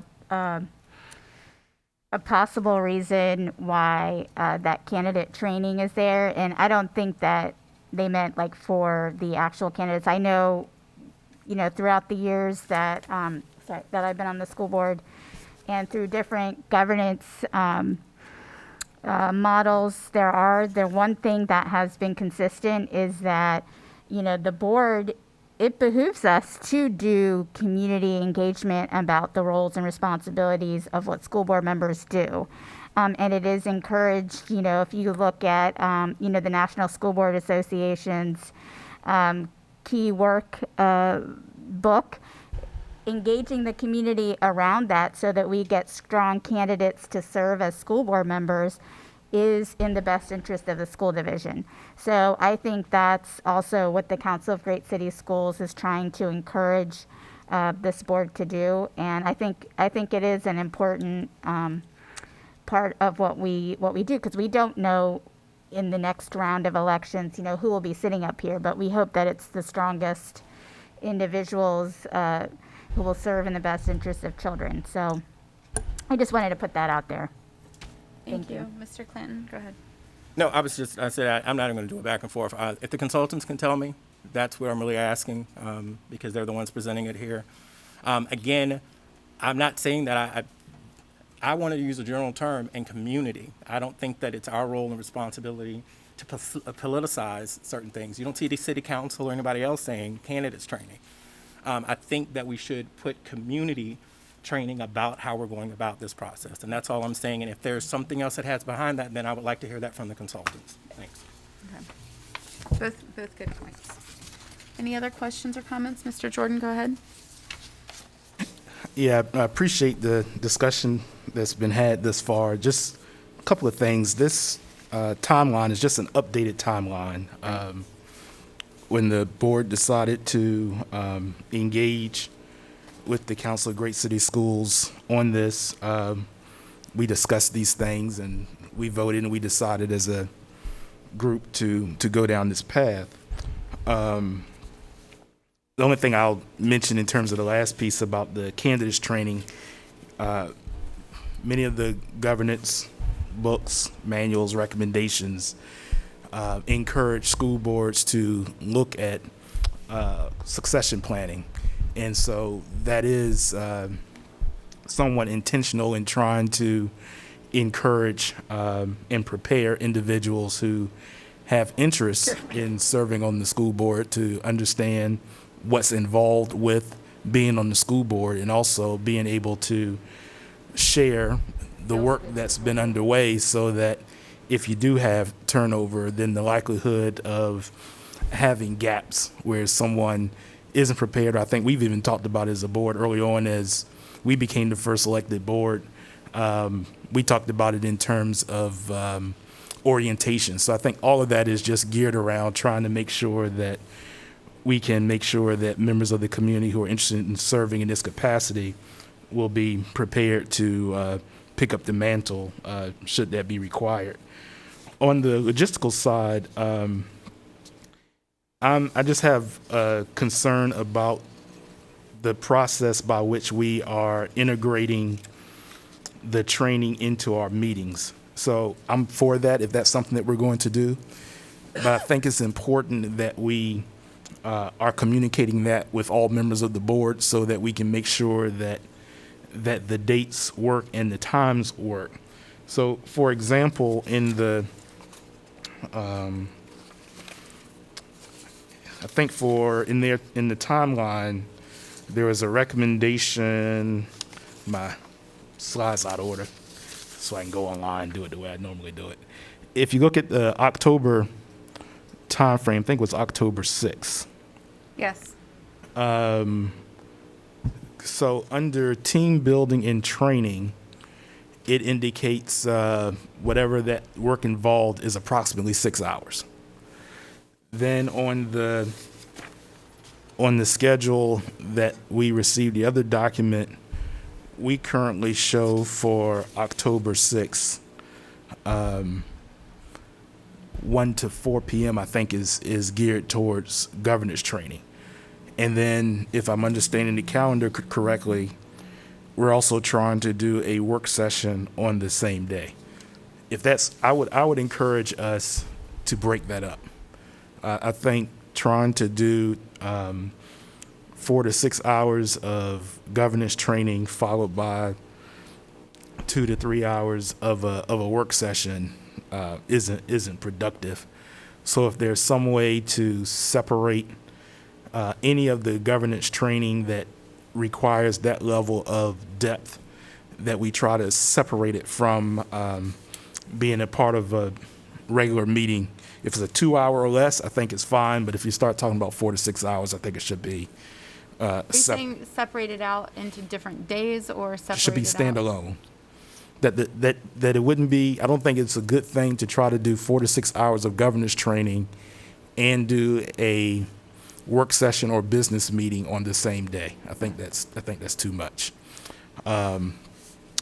The other piece I'll just add, going back to what was raised around strategic planning, yes, we agreed, if we follow this process, that the expectation is that the board sets the goals and visions and the guardrail, and then the superintendent is responsible then on the administrative level to carry out a strategic plan that will be tied to that and beyond. But it is correct that we've discussed previously and agreed that as proposed, the accountability plan would go away, and accountability will not go away. It'll just be in a different format than what we have here. And then I guess the final question I have for now is, I didn't see a mid-year retreat. So I don't know if that's something that's supposed to be in governance training or if that's something that's supposed to be on our school board meetings. But on the school board meeting, I guess I don't know if this is proposed or in place. I don't see in the January, February timeframe a mid-year check-in for the governance team to address any academic performance or other mid-year items that we may want to consider. So that's that's because this was drafted by AJ and Cindy. No, I'm saying on this. Oh, on the other, I'm sorry. Yeah, I'm not sure how the two go. That's what I'm trying to figure out how the two go together. But on the one that has the school board meetings, trainings, and conferences, I didn't see a mid-year retreat. Right. So I didn't know if that was intentional or not. Well, the reason is that because we would be monitoring, once we get into how we're going to monitor the progress, the academic achievement progress based on our goals and guardrails, that we wouldn't need a mid-year retreat. Well, I don't know. I'm not saying I'm against it. I'm just explaining why. Well, I understand I agree with you on the monitoring piece. I think the objective there is that at least 50% of our time is being dealt with or focused on goal monitoring. There's other work of the division that I think being able to do a mid-year check-in that aligns with superintendent eval, board mid-year check-in. Where are we with some, it's a whole lot of initiatives that we have going out there that I know are still operational, but being able to get an update as to where we stand, I think we should still consider, at least schedule one. If we decide as we're rolling that we don't need one, then I think it's easier to decide not to use time that we've set aside than to try to set it aside later in the year. Okay, thank you. I do want to say some of these time frames that are put in here, like 2 hours, 6 hours, so forth, there are guesstimates that I asked for to try to, really understand what that time commitment when scheduling these was for. Okay, anyone else? Okay, thank you very much. What's that? Oh, this is on the consent agenda, yes. And then I'd like to have it moved out and placed separately. Can you repeat that? I didn't hear you. I'm not going to be voting yes on this item, so it needs to be pulled out. I don't want it under the consent agenda. I need to have a separate vote, please.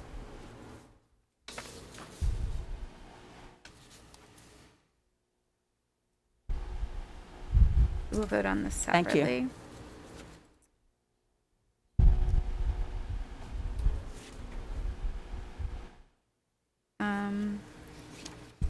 Let's see.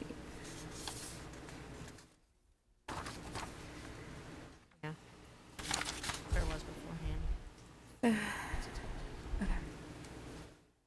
6.03 on, okay. Ms. Tanner? Ms. Tanner, hi. Could you please remove, we're going to amend the agenda to remove the, I'm sorry, the item, the Council of Great City Schools timeline. It's on agenda. So that is 5.03 and separated out, and we will vote on it as 6.03, please.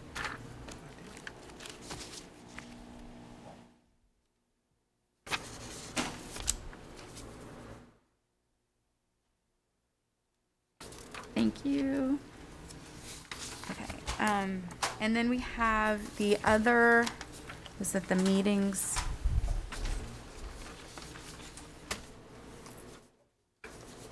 Meetings, trainings, and conferences. Are there any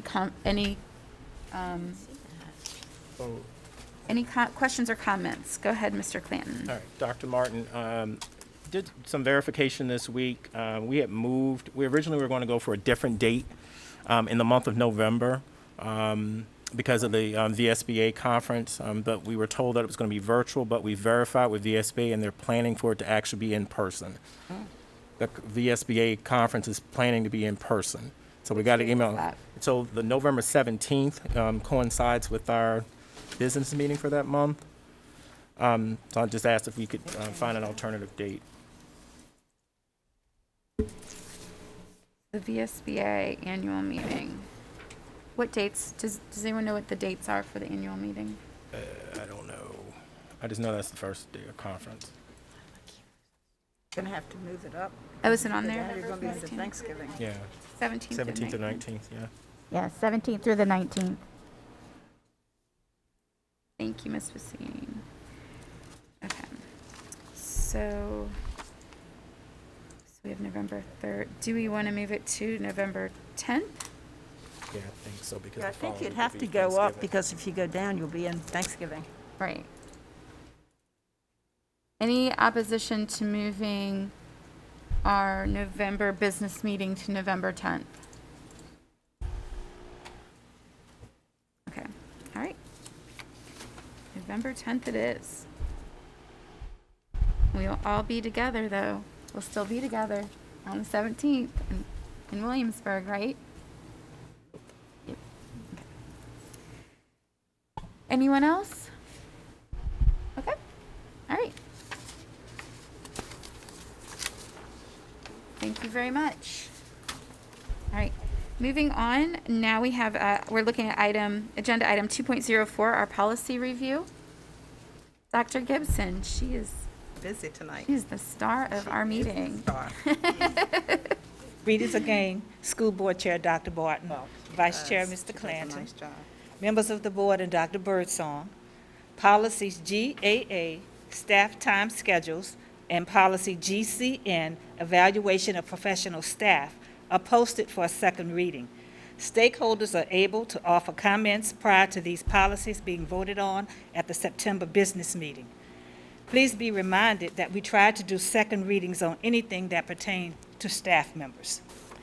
Finally, the regulation GCPAZR, reductions in force, has been repealed due to previous updates to policy GCPAZ, reductions in professional staff workforce, that now includes the information within the policy.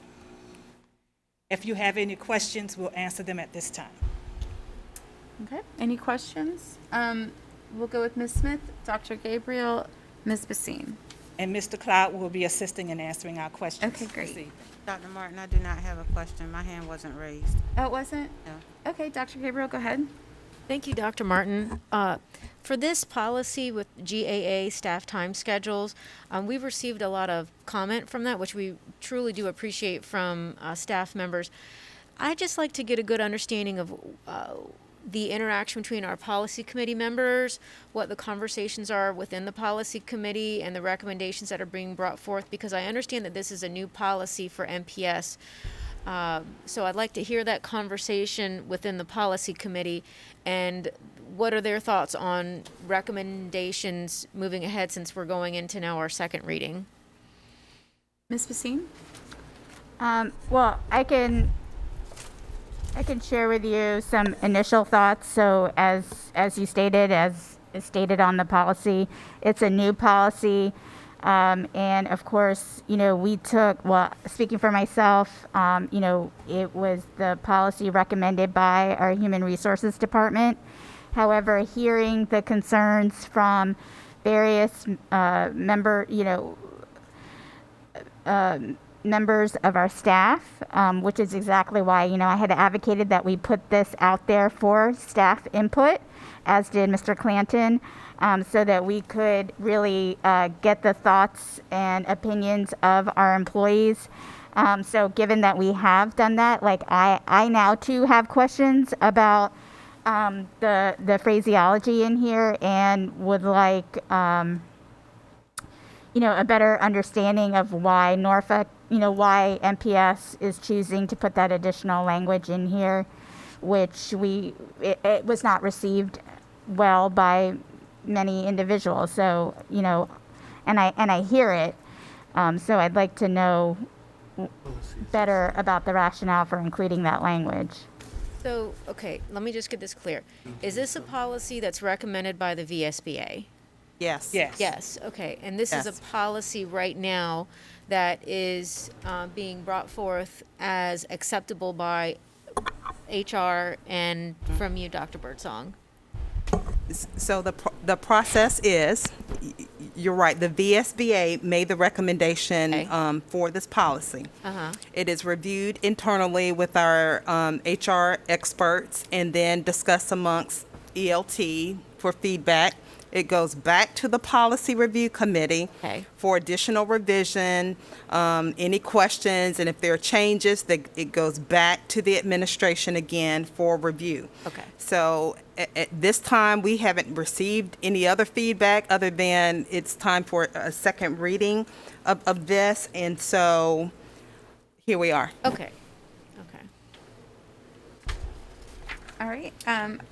I have Ms. Basine and then Mr. Jordan. Oh, no, Mr. Jordan can go ahead. Okay. Go ahead, Mr. Jordan. Yeah, I'm with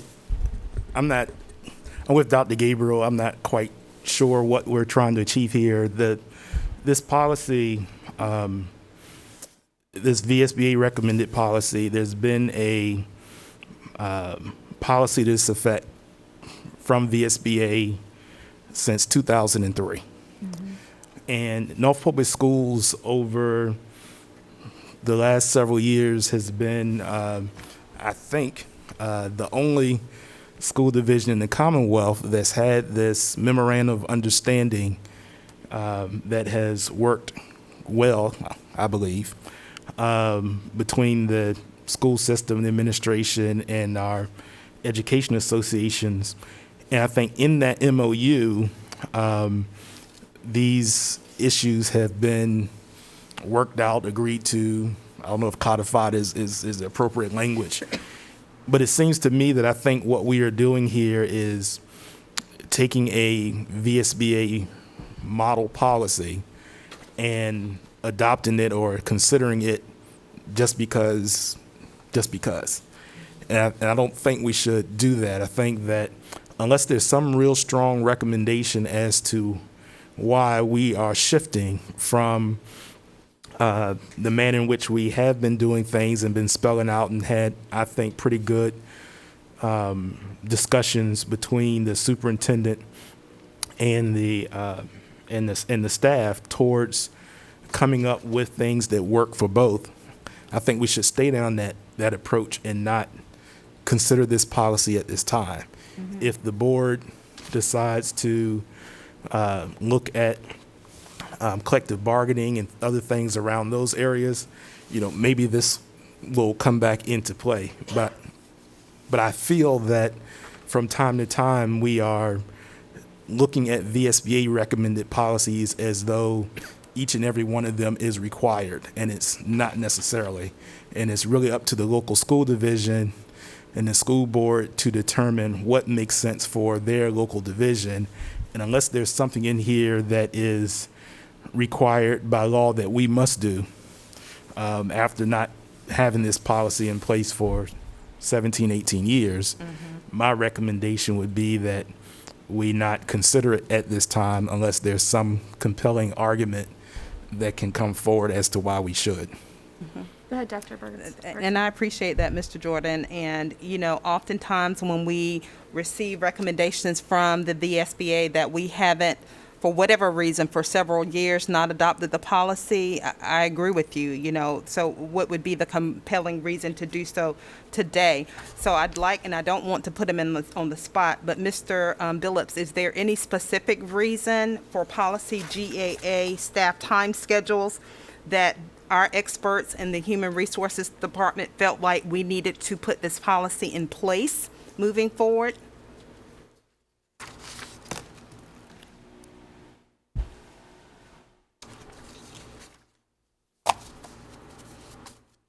At this point, I would have to take a time to review that, to review my notes and all, because we have been reviewing so many Mr. Billups, policies. can you go closer to the microphone, please?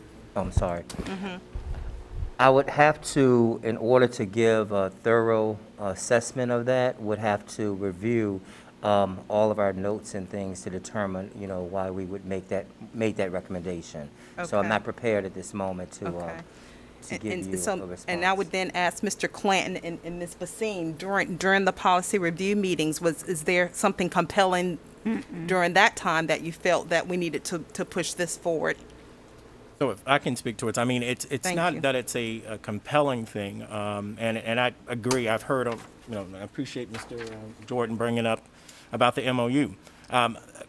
Working in an individual who has direct reports, you got exempt and non-exempt. Right. I think what this policy does from a personnel is it actually writes it down in the respect of what is considered in the expectations of an individual who is exempt and those who are non-exempt. I think what kind of throws people off when you see, because a lot of people don't realize it when you're salaried, that you are to work until, and well, I know many of you all know that. Yes, You're here. we do You don't very work, well. You don't work the 7.25 hours that you have each day. Work You have to till work until the job done. gets done. And I That's think right. that when we place it in a policy and individuals see it, that you're on the clock as a salaried individual from 11:59 p.m. to 12 a.m. the next day, it's until the job gets done. And I've listened to some of the comments that have come back. I don't think this policy takes anything away from what we've been doing with the MOU. But I do understand that because I have raised, and just like Ms. Basine, about us ensuring that we engage the EAN, the NFT, our partners, and particularly any group that would be directly affected by this, and to make sure that we have their comments. And so we are getting those comments back now. And so I would agree in the respect that I would agree in the respect that additional time to get, to kind of clear that out and make sure that everybody's on board, I would be totally fine with that, because that's why we had the first and the second reading.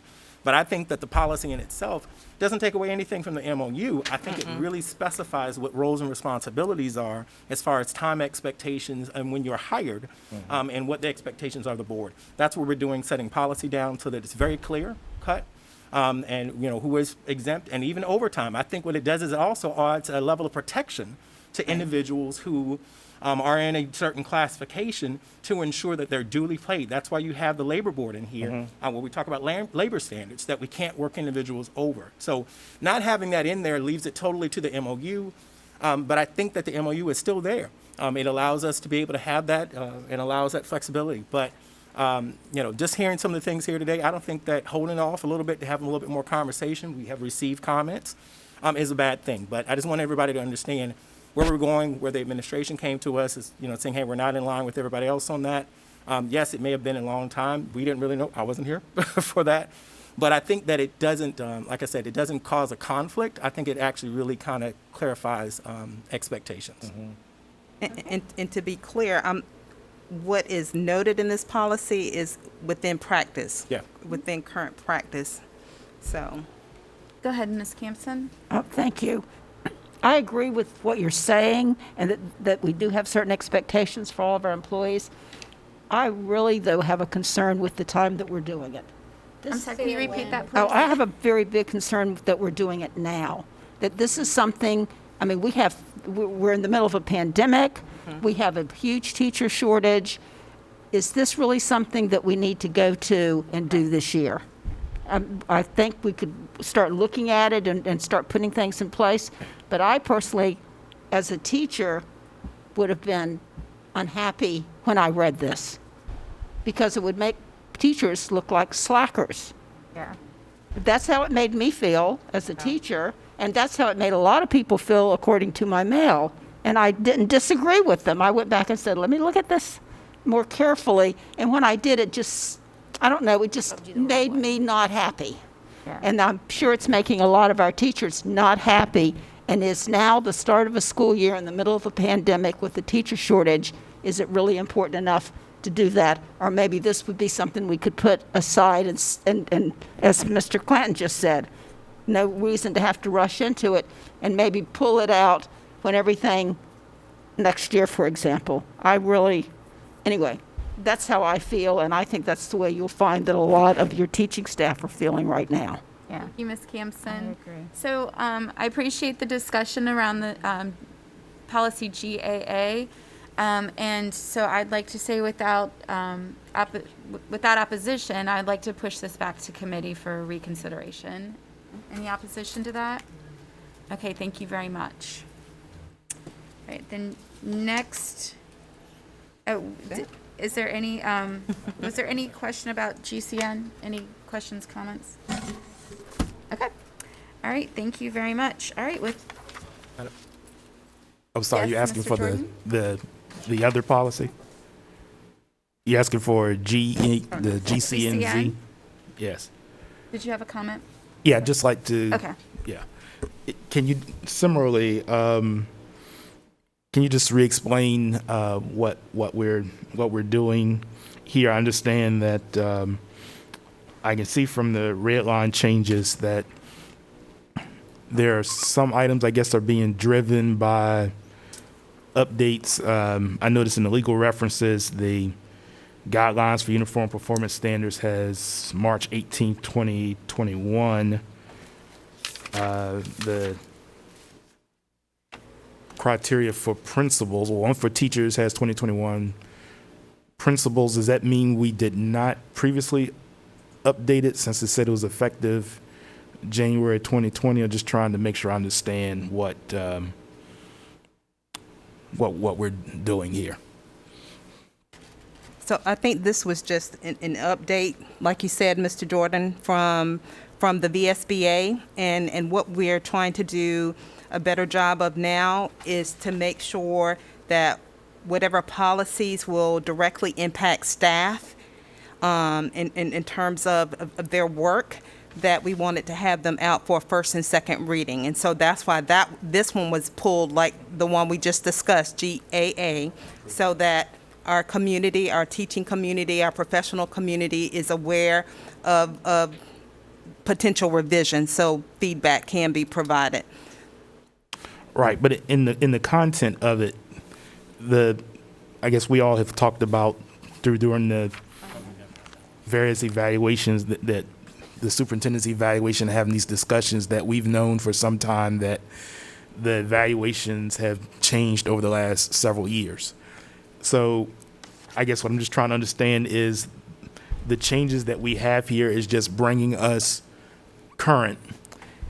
And then we're making it a Z policy, I guess, because of the one line that NPS addition to policy. And I'm just trying to understand, I guess that says any teacher who is deficient, any standard on their evaluation may be required to attend focused professional development activities.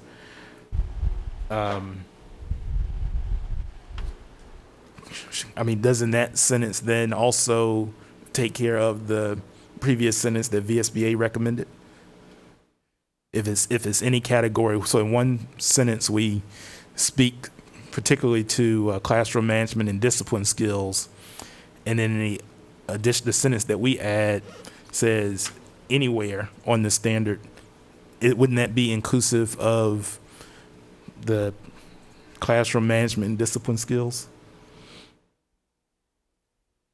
What he's asking. I'm asking. So, as a member of the policy committee, I'm also looking at this, Mr. Jordan. There are about 3 other additional lines which are brand new. So I don't think it's just that single line about saying additional, any teacher who is deficient. and any standard on the evaluation may be required to attend focused professional development activities.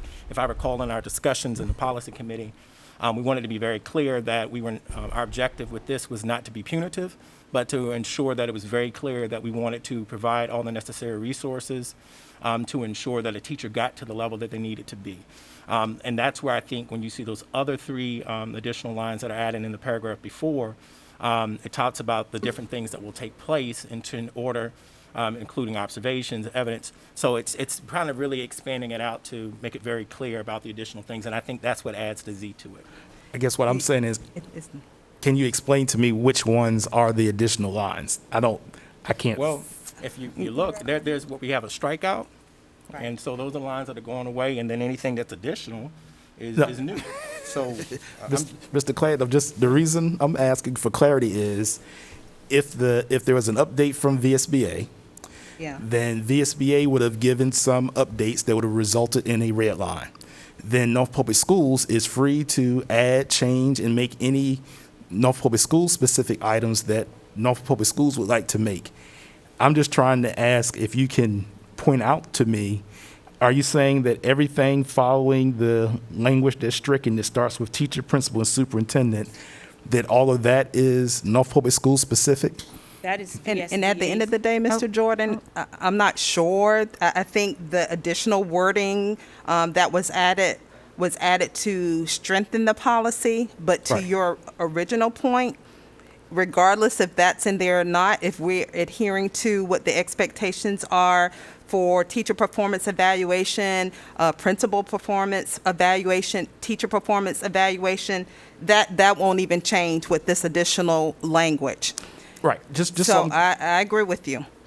There's nothing in the policy that I'm raising particular concern about. Right. I was just looking at there's a footnote, and the footnote has a one that says NPS addition to policy. Right. And the only place I see the footnote is on the one sentence that is above the footnote.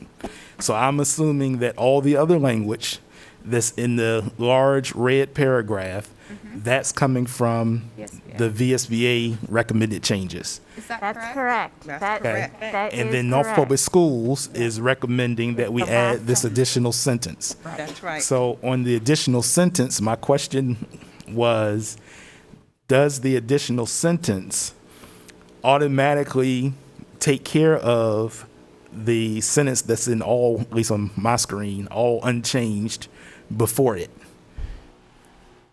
You follow me? The previous sentence above the footnoted item, red line, identifies that professional development activities would be made available to improve classroom management and discipline skills.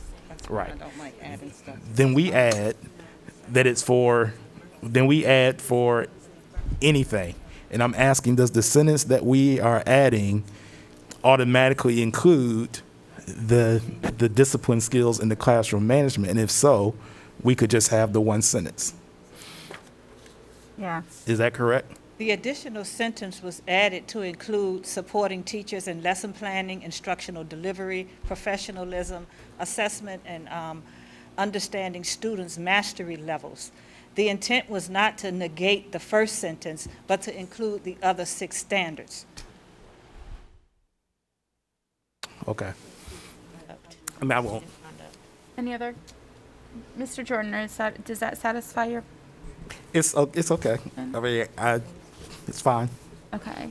Did you want to say something additionally, Ms. Basine? Well, I don't know if Mr. Jordan could hear me down here, but I did want to confirm that that last sentence is the additional sentence, and the other red line was what's recommended from VSBA. So I don't know if you could hear me I can. before. Oh, okay. Now I can, yes. Okay.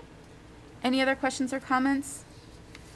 Okay, Ms. Tanner, since this is the second reading of policy GCN, I believe it should also be on the policy consent agenda under the policy approval. I don't see it there. It's going to be, this GCN is going to be voted on in September. Yeah. The other September? items on Yes. the consent Okay. agenda will be. Today's policies will not be on today's consent Correct. agenda. Okay. Yeah. Okay, thank you. All right, can I get a motion to go into closed session, please? Madam Chair, I move that we enter an executive closed session. Second. Thank you, and it was seconded by Ms. Smith. Ms. Tanner, please call the question. Thank you, Dr. Gibson. Basine? Aye. Resolution. Sampson? Aye. Oh, no. I'm sorry, you need to I'm say the sorry. resolution I'm first, sorry. you're right. Move that, it's hot. And Move then- that members and then of the call. school board go into a closed session for the purposes which are set out in the subsection A of Section 2.2-3711 of the Virginia Freedom of Information Act as amended 4, discussion, consideration, or interviews of prospective candidates for employment, assignment, appointment, promotion, performance, demotion, salaries, disciplining, or resignation of specific public officers, appointees, or employees of the Norfolk Public Schools pursuant to subsection 1 of the Act. The subject of this portion of the session is the discussion of today's regular personal agenda. B, discussion or consideration of disciplinary and any other matters concerning students in Norfolk Public Schools that would involve the disclosure of information contained in the scholastic record pursuant to subsection 2 of the Act. The subject of this portion of the session is the discussion of today's regular student support services agenda. And C, consultation with legal counsel and a briefing by staff members concerning actual or probable litigation or specific legal matters requiring the provision of legal advice by the counsel pursuant to subsections 7 and 8 of the Act. The subjects of this section of the motion are those set out above in subsections A and B of this motion. Basine? Aye. Gampson? Aye. Clanton? Aye. Gabriel? Aye. Jordan? Aye. Smith? Aye. And Martin? Aye. Okay, we're gonna adjourn for closed session, and then we have our business meeting at 7 p.m.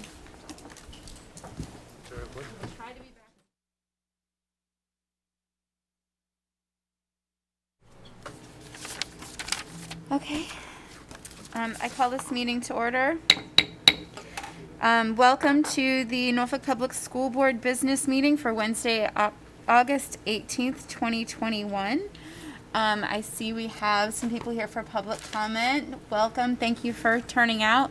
I do want to update you. Today is a hybrid meeting, so we did have our work session at 4 p.m. where we covered our policy, and one of the policies is on the agenda as a second reading today. That's policy GAA. The title, where's the title of it? It was, let's see. GAA was the, the staff time schedules. That one has been sent back to committee. So if you're here to speak on the GAA time staff schedules, you're more than welcome to speak on it today. Share your thoughts since you're here. But if you don't want to wait, then you may have another opportunity if it comes back out of committee for action. So just to be clear, we're more than welcome to hear your comments on GAA.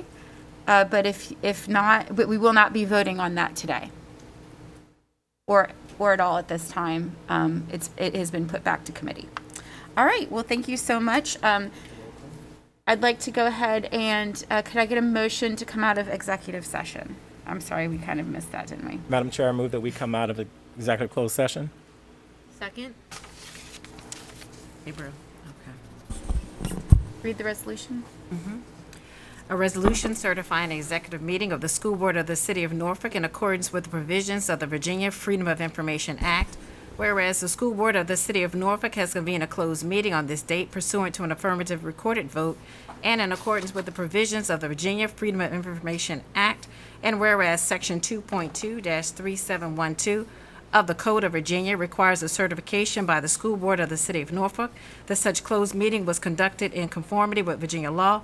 Now therefore it be resolved that the School Board of the City of Norfolk hereby certifies that, to the best of each member's knowledge, only public business matters lawfully exempted from open meeting requirements by Virginia law were discussed in the executive meeting to which this certification resolution applies, and only such public business matters as were identified in the motion convening the executive meeting were heard, discussed, or considered by the School Board of the City of Norfolk. Basine? Aye. Campson? Aye. Clanton? Aye. Gabriel? Aye.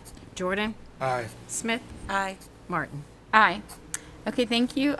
Since it's on the agenda, would you like to go ahead and call the roll? Yes. Please. Okay.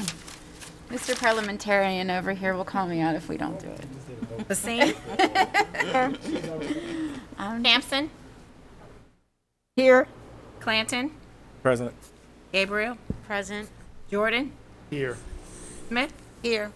Martin? Here. Okay. Next up, we have the Pledge of Allegiance. Please stand and face the flag over to my right, your left. Begin. I pledge Allegiance to the flag of the United States of America and to the republic for which it stands, one nation, under God, indivisible, with liberty and justice for all. All right, and now we have item 4.04, our Superintendent's Report. Thank you. Go ahead, Dr. Birdsong. Good evening, Madam Chair Martin, Vice Chairman Jordan, members of the board, and members of our community. We're excited to share with you some of the wonderful things that have taken place within Norfolk Public Schools during the summer. You will see highlights of our summer innovation programs, as well as the Administrative Summer Leadership Institute. And we'll also share with you a clip from our literacy boot camp. So without further ado, if you could show the video, thank you. After a year off from being in person, 425 students in grades kindergarten through 4 returned to Camp Einstein at Crossroads School. This 4-week program is an enrichment camp that provides hands-on activities to highly motivated students that they normally wouldn't experience during the school year. Previously offered classes, including Lego Story Maker and Mythbusters, were back, along with new classes such as Animal Ambassadors, which teaches young students about animal safety and how to care for them.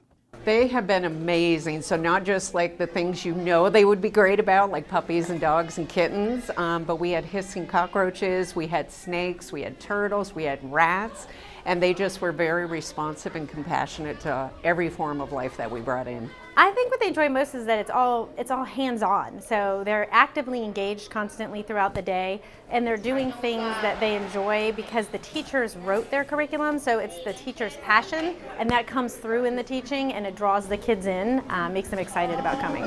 Joining our outstanding teachers were over 24 NPS high school volunteers who had gotten just as much out of Camp Einstein as the younger students they'd been mentoring.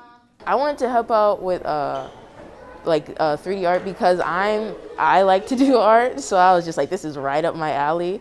So I was like, this will be fun. It's my first time doing something like this, so it's kind of a little overwhelming, but you get used to it. It's been great. I loved it. It's been amazing. Rising 6th, 7th, and 8th graders who enjoy fun and challenging activities spent 4 weeks of their summer learning at Junior University. This program, which prepares students for honors courses at the middle and high school levels, focuses on science, technology, engineering, math, and this year they added an art component.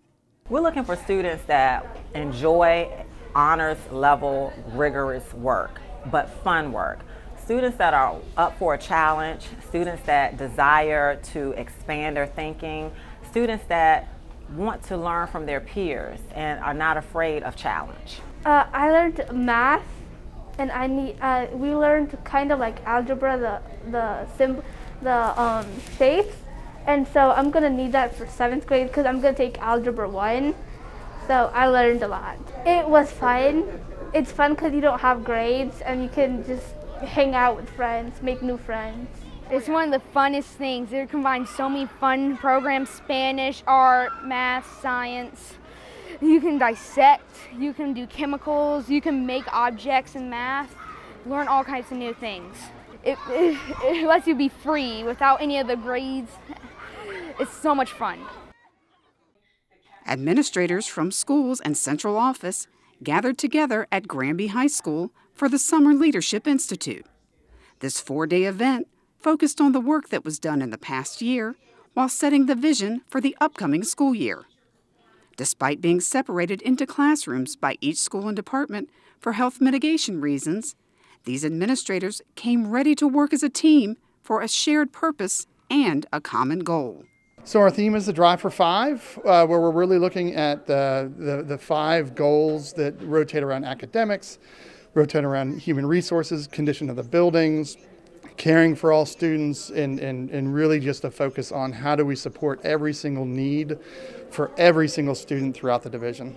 Our leaders have worked so hard over the last year and a half, and we want to ensure that we're capturing the work of the past, we're bridging it to the present and moving to the future so that we can continue on our journey of school improvement. So this week we're here and we're learning.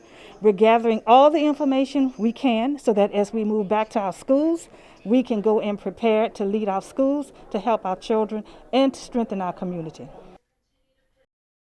Administrators and reading specialists came together for the first ever Literacy Leaders Retreat. This 2-day event, attended by around 50 participants, was a space where people could collaborate and focus on common goals. We were really looking to re-energize literacy in Norfolk Public Schools, and so we regrouped and looked at foundational literacy instruction and those foundational skills students need. And then we looked at realigning some of our resources, and then thinking about recovering students that are struggling in reading and what we can do for them. Plenty of topics were discussed and geared toward putting our educators on the right path to help our students. We need to build a foundation of reading in Norfolk Public Schools, and that's what this retreat was all about, to making sure that everyone had the tools to build that foundation and help our students become proficient readers, because our goal is that our students leave 2nd grade reading on grade level so that they can get to 3rd grade and beyond and begin to read, to learn about things out there in the world. Thank you, Dr. Martin. That concludes my report for this evening. Thank you, Dr. Birdsong. Up next, we have the school board clerk's report. Ms. Tanner, would you like to go ahead? Madam Chair, there is no clerk's report for the month of August. Okay. All right, thank you very much. Okay, up next we have 4.06. This is our citizens' comments on agenda items only.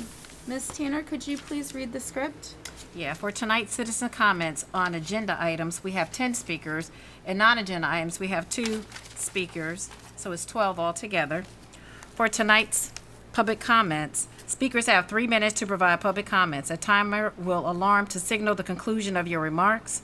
Madam Chair, our first speaker for today on agenda items only is Barrett Hicks, followed by Taz Brooks.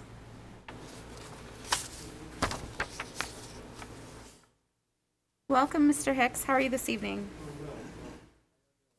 Good.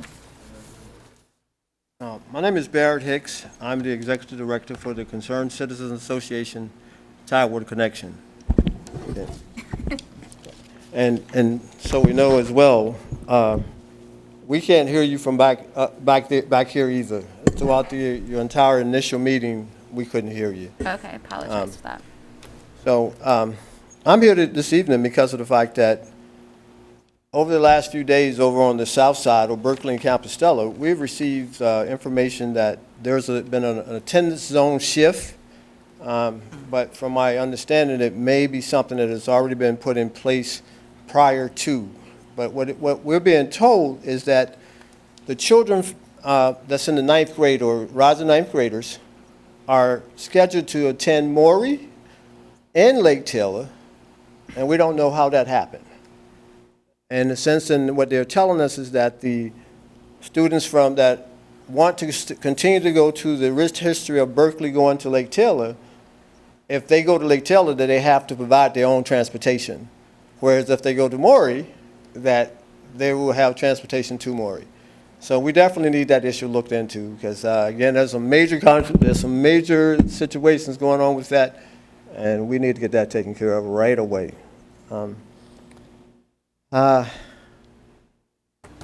And with that as well, if we do this, that could be a major situation in these communities, especially when you start talking about the sports time or whatnot, where those two teams that play against each other and all that. There's a whole lot of stuff can happen from that, and we surely don't need that now with what's been going on in our communities anyway.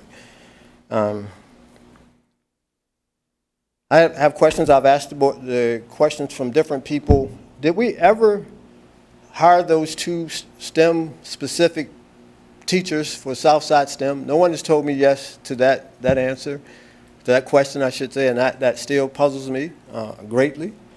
I also understand that we lost 2 APs at Southside STEM and several other teachers. Wow, that's kind of unacceptable, truly unacceptable, as we're starting to build. So again, I ask your recruiting team or whatnot, we need to get on that. We need to make that happen. That's a tough situation. I was privileged to be able to be in a meeting with groups that are working on the schools close to Tidewater Gardens, and the teachers and principals that were in those schools, from my understanding, they're doing it right. And I think that we need to look at making sure that everyone is doing it similarly. I mean, I actually, when I talked to Dr. White, when I saw her there, I said, definitely to get that information back to you, but Dr. Birdsong, that's a must. We need to get that done. And definitely at Southside STEM and at Campus Stella, again, Southside STEM, we know all of our children have come down some, but we know that when we just shut down, they were 10th and 4th from the bottom of all schools in the state of Virginia. Totally unacceptable. Thank you, Mr. Hicks. Totally unacceptable. Thank you.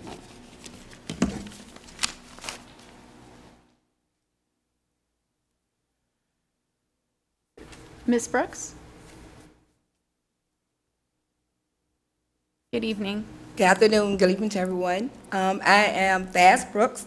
I'm a bus driver for Norfolk Public Schools.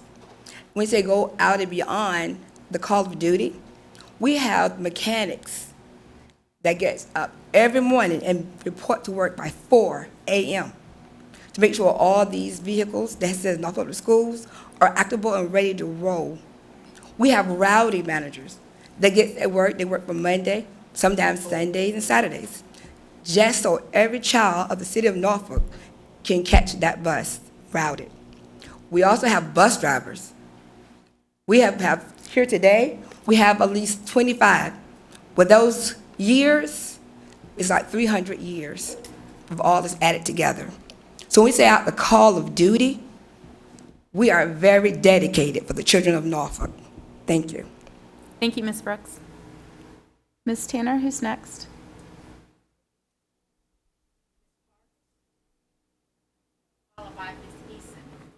Ms. Parks? I'm sorry, Ms. Parks, followed by Ms. Eason. Is Ms. Parks here? Sharisa Parks. Okay, let's move on to the next person. Gwendolyn Eason.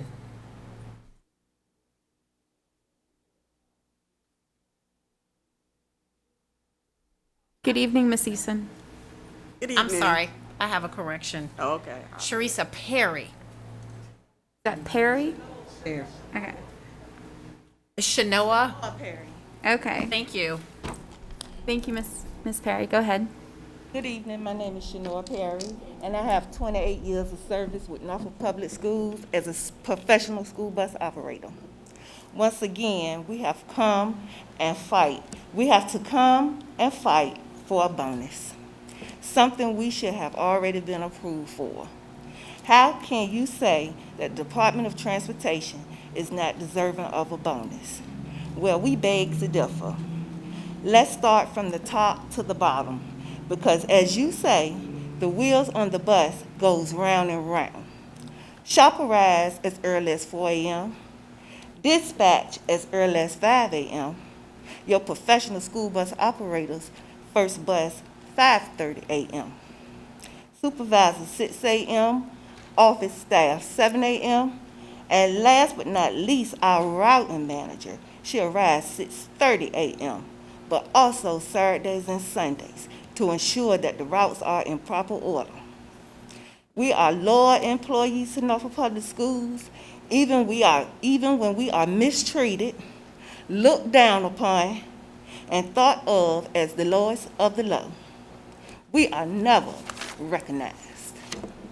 We are the first employees that the students see in the morning and the last one they see when they go home. If there is no school bus drivers, there is no work for no one else at Norfolk Public Schools. All we are asking is that you start to realize that all we want to do is be respected. We are your Norfolk Public Schools professional Department of Transportation bus drivers. Have a nice day. Thank you.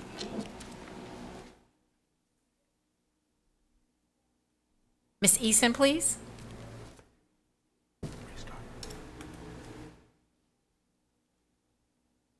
Ms. Eason? I would like to just say, I've been doing this for 30 years, and this is the worst I have ever seen. Thank you.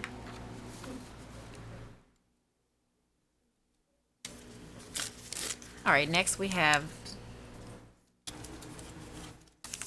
Doris Arrington.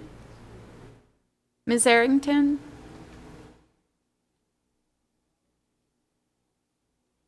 Good evening. Good evening. My name is Doris Arrington. I'm a bus attendant. I've been there 10 years, and I feel I do what I do, what I'm supposed to do. I get the kids on the bus, off the bus, wheelchairs, even wash buses. Y'all send me over there to do nutrition, I did that. I don't see why y'all overlooked us. We are all one big family. We do our job. Thank you. Thank you. I'm gonna come back to Wilkins. Is it Milkins? D. Wilkins. Wilkins, okay. Good evening. afternoon. I've been with Norfolk Public Schools for about 16 years. I started out as an attendant, then I switched over to driver. So pretty much I like doing what I do, but somewhere along the line, we done got lost. Thank you. Thank you.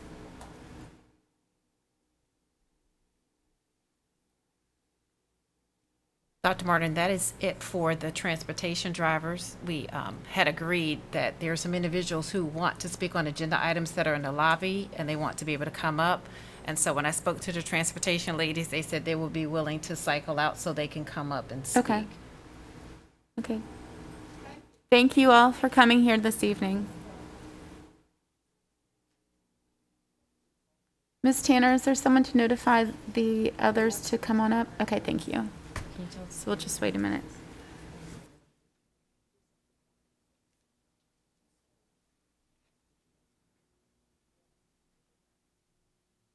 Tell them to get them.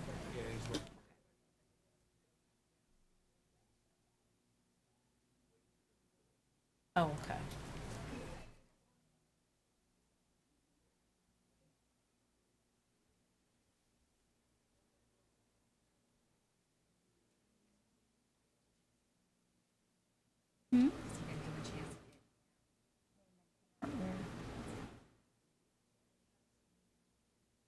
Over there.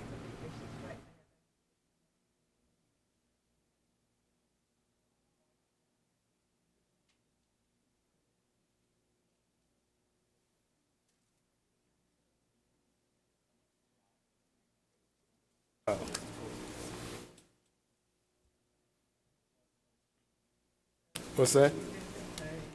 Oh.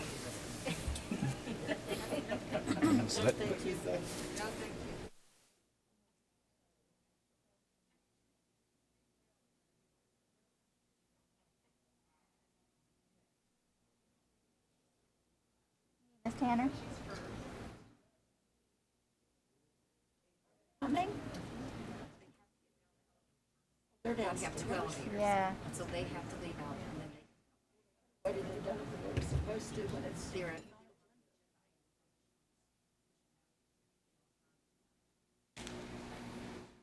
How many more left? 8.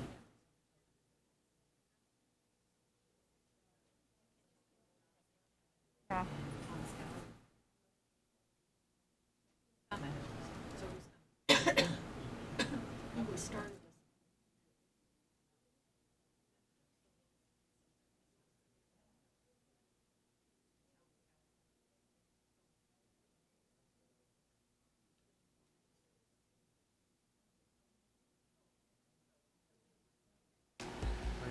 I didn't think we were going to have a whole bunch of people tonight.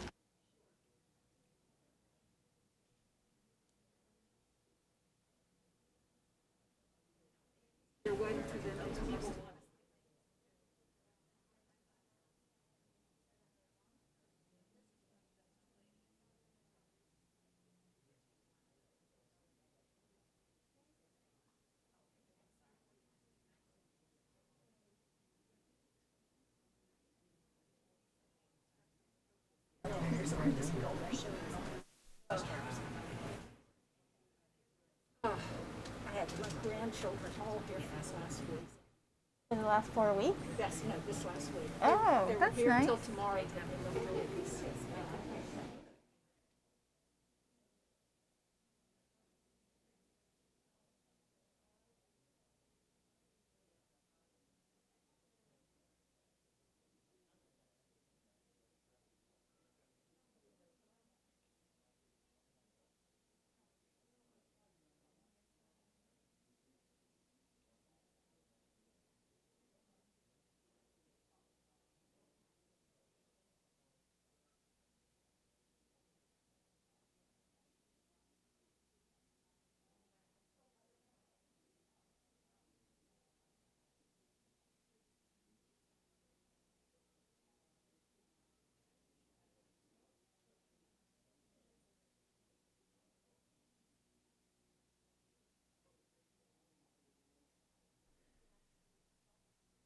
Good evening, ladies. The three ladies that came on the end, were you going to speak tonight or are you just spectating?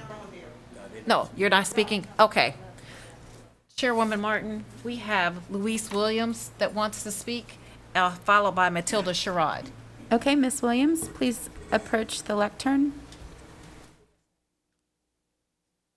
Mr. Williams. Hello, school board members. I have addressed y'all before, and it seems that we are not appreciated. I love my job. Miss Bird's song, as I told you and said, she always say our most vital resources are our children. That's her main thing. When she comes to our in-service meetings, that's where she employs us.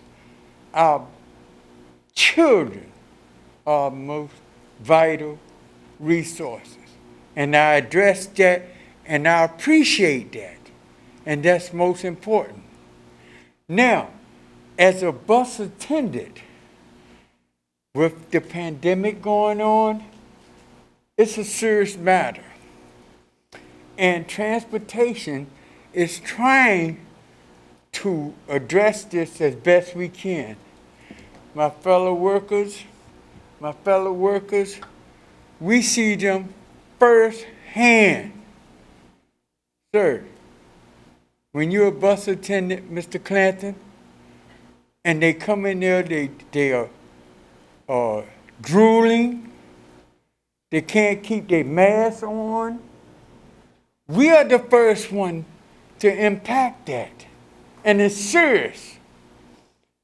I have underlying situations in my health, but I do it because our vital resources is with our children. And then it's not about the money. I'm a contract person. I like to help and do something. I'm old. Y'all get that? Let that be known. I'm old. But I love to do my job. They are dedicated. They want to do it. We spray buses. We clean buses. We the admin calls us offline and say, hey, this student has just messed up on the bus. But you know who they call? It's us. We spray buses. The pandemic is terrible, and we understand that, and we know that y'all recognizing and trying to do as much as y'all can. But for us to be overlooked, not even said, hey, thank you. We haven't even received a thank you. Yes, I would love to have a bonus too, just like anyone else. My colleagues, they work hard Someone work harder than me, but I do my thing. But I want to say, board members, I know y'all have a great task, and we appreciate y'all, but we need to address this situation. And Thank you, Mr. Williams. that's all I have to say.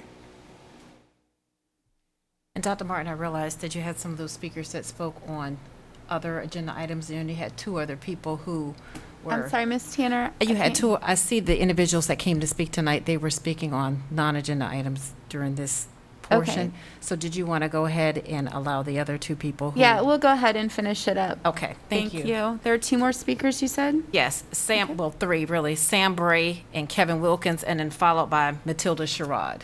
Okay, Mr. Bray, please approach the lectern.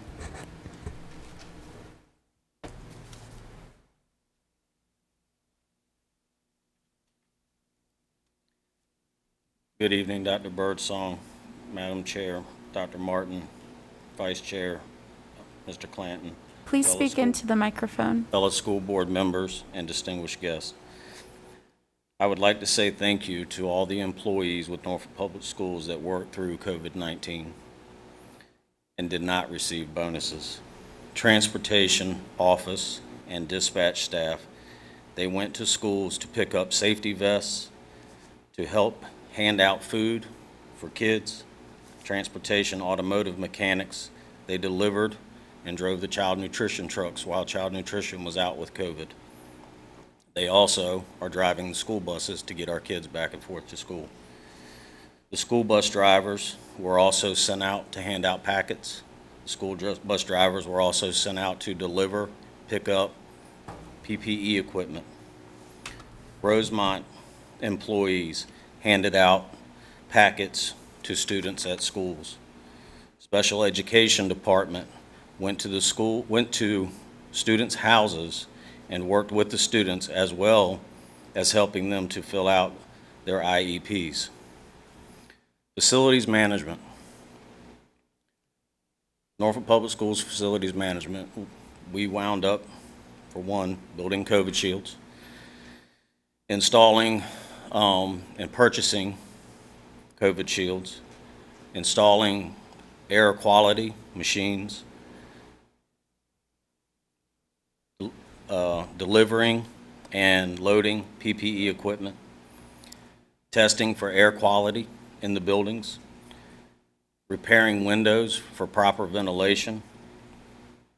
While doing all this, we also worked on 14,613 work orders that are not included in the COVID. I feel that anyone that has worked for Norfolk Public Schools through COVID and to help out deserves the bonus. And now we are in a position to where we have Delta. So this is not going to end. So I just want to say thank you to everyone that worked through COVID and Delta during Norfolk Public Schools time. Thank you. Thank you, Mr. Bray. Mr. Wilkins?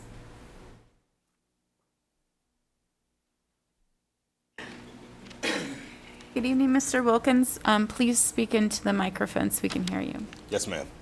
Good evening, everybody. I come before you this evening with hope and worry. Hope you do not summarize anything that you hear tonight as hyperbolic. I hope you listen with your ears and your hearts. Finally, I hope you all rewatch this meeting online, take notes, and come together with the mission of preventing this type of debate from ever happening again. Talking to my coworkers and family has helped me refocus on what it means to be an NPS employee. Each year I sign a contract that spells out my responsibilities and also includes a mandate that I will do anything deemed necessary. Over the years, that has meant responding to buildings during tropical storms because the school's roof has blown off, responding during extreme snow and ice events, and now responding to calls during a deadly pandemic. All of these calls to actions are simple for this board, yet I feel that you all do not truly understand what your directives mean. Those calls come at a time when it's too dangerous for our military and first responders to react, yet this subgroup of brave professionals act every time en masse. How can you not take every opportunity available to pay homage to the very people who do the constantly demanding and dangerous behind-the-scenes work that make it possible for this district to operate. The solution, in my eyes, is simple.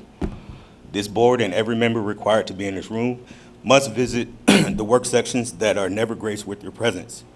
966 Belmore Avenue, 5555 Raby Road are treated as outposts. Yet the functions that are performed in these spaces are just as critical to the district as the functions that happen in the school buildings. When you sully our value in the NPS family, you unwittingly affect the other functions and wraparound services we perform. Simply offering your gratitude is no longer enough. So I suggest each person in this room visit Rosemont Center, Transportation and Facilities Maintenance, and marvel at the type of professionals who choose to stay connected to the mission and vision of this district's community. Create advisory and steering committees that involve us in the planning and execution of NPS's initiatives. We have a non-voting student representative and former educators on the board, but no trade worker representative. Is it not time, especially after this board has proven over these last years and months, lost my place, to not have even a cursory understanding of what our trade workers and auxiliary educational professionals do, especially in times where anything deemed necessary is activated, to integrate us into these processes before another damaging hit to our culture happens. Approving this bonus is not a panacea, as the problems that created a need for the district to recruit and hire a DEIA professional will persist. This type of diversity focus will afford all of our elected and appointed decision makers the opportunity to truly know our district professionals on a micro level. It is my hope and wish that no other employee is ever forced to come before this body to remind it of their existence and effort. Please take step one and honor the efforts and commitment of all employees with this bonus, and then let's get to work creating access and inclusion of all employees' outcomes into the teaching and learning process. Thank you. Mr. Wilkins.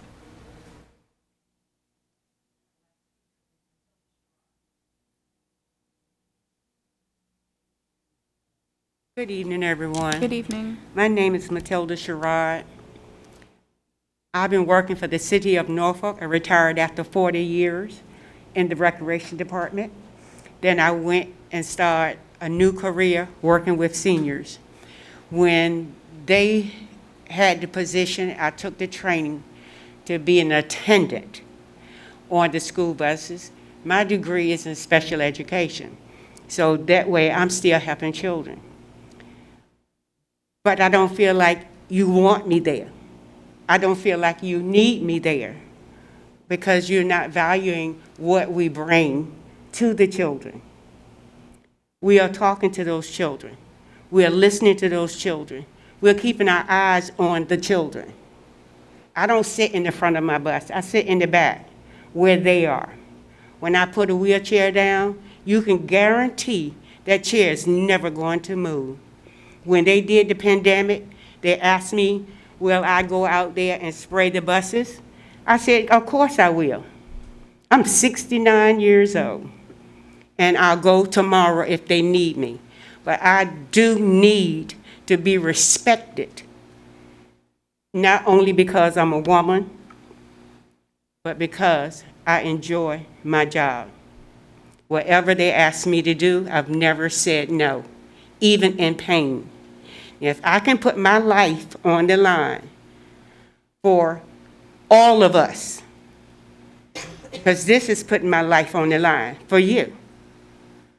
So why can't we appreciate you gave some bonuses? My daughter got one. She's a teacher. There's other parts of transportation. They receive bonus. And I was doing the same thing that he was doing, with those big packs on my back and spraying down buses until we got the small units. And they said, Ms. Rod, take the small unit. But I was there. I made sure that the children on that bus was going to be secure and safe, and feel safe, smell safe. Will you come out there and get on our buses and see what we do? I don't have a problem. I make sure I'm there. I haven't been off but one day since I started working 2.5 years ago. And that was just to see my mama at the nursing home. So please, be respectful. We are human, and we care. That's all. Thank you. And Dr. Martin, this concludes our speakers for this evening. Okay, thank you all for being here this evening. All right, next on our agenda, we have the approval of the consent agenda. Madam Chair, I move for the approval of the consent agenda. Second. Ms. Smith, second. What's that? We did take an item off of the consent agenda. It was, Yep. The consent agenda is a personnel report, school crisis plans, bills and payroll reports, policy approval with the removal of GAA. And, policy approval as presented, which is several of them. we removed item 5.03, CGCS timeline. That'll be voted on separately. So, so that's the amendment to the motion. Okay. All right, just for clarification. So it was, the motion was made by Mr. Clanton and seconded by Ms. Smith. Okay. Basine? Campson? We're voting on the entire consent agenda right now, minus that one item, is that correct? The item that you requested to have removed. Okay, yes. Clanton? Aye. Gabriel? Aye. Jordan? Aye. Smith? Aye. Martin? Aye. Can I get a motion to adopt the Council of Great City Schools governance timeline? That is item 6.03. So Sorry. we're skipping the other two? Monthly financial report. The monthly financial report is up next. So item 5.01, sorry to confuse you, Mr. Jenkins, but please approach the lectern. Whew. Oh, no, I'm looking off. I'm going old school. I'm doing paper. That's where my notes are. Go ahead, Mr. Jenkins. Thank you. Please speak it. I think the lectern raises, right? If we need to bring the microphone up, the lectern actually raises. There you go. Thank you. I forget about that. Please bring the microphone forward, Mr. Jenkins. Thank you. And I was told I could move the, I think I'm gonna probably need your, I can't hear it's him. not on. There, thanks. Thank you, okay. Mike. Okay. Good evening, Chairwoman Martin, Vice Chairman Clanton, Dr. Birdsong, and members of the school board. I'm pleased to review the monthly financial statements for June and also July. We'll also look at the quarterly report for grants, and we have a report on donations as well. I'll start with the June financial report, which should be on your screen, and I'll simply scroll through. Mr. Jenkins, I'm sorry, I'm having trouble hearing you. Okay. Is that better? Yes, that is better. Okay, I'll just talk louder. Okay, so before I start with the report, I'd just like you to understand and realize that the fiscal 21 report is still preliminary. As in every year, we continue to find transactions that need to be posted back to the previous year, either as a charge or a credit. Our auditors have started their preliminary work, but they will continue in earnest starting in October, and we expect to release the final report to you in December. The June financial report covers 12 months, last fiscal year. We collected $338.5 million, which was 99% of the $337 million budget, so nearly all. During the same 12 months of the previous years, we collected 97.9% in fiscal 2020 and 98.9% in 2019. While the aggregate collections during 21 were very similar to the previous year, the composition was different. State collections actually exceeded the budget while federal and local funds were below budget. The differences are related to the pandemic. Federal funding was down primarily for two reasons: lower response to the federal survey that we conducted, and also fewer claims for Medicaid reimbursement for services that are provided to students with disabilities. Other local revenue was also down, and this is partly caused by the delay in in-person learning as well. As an example, student fees, students didn't participate in any field trips, so we didn't collect any field trip fees, as an example. On the positive side, collections from the state were higher because of strong retail sales across the state and the General Assembly's action to hold schools harmless for the pandemic-related declines in enrollment. We collected $7.6 million of state no-loss funding that offset most of the losses in their basic aid, standards of quality, and preschool accounts. The state also sent $1.6 million to address student learning loss that we will carry over to fiscal '22. The learning loss carryover is going to require an amendment to the fiscal '22 appropriation. More detailed information on revenue is included on pages 7 and 8 of your report. I'll next go to page 3 of your report. This is presents a graphical representation of revenue and spending alongside the budget. We encumbered $317.4 million, or 92.8% of the $337 million budget. The revenue, as we said before, $338.5 million. During the previous 2 years, we had spent 94.4% of the 2020 budget and 96.3% of the 2019 budget. So spending for fiscal '21, the most recent year, is down and it's below the pre-pandemic levels. On page 4, we have several graphs. The top graph shows revenues collected in each of the past 12 months over for each year as well.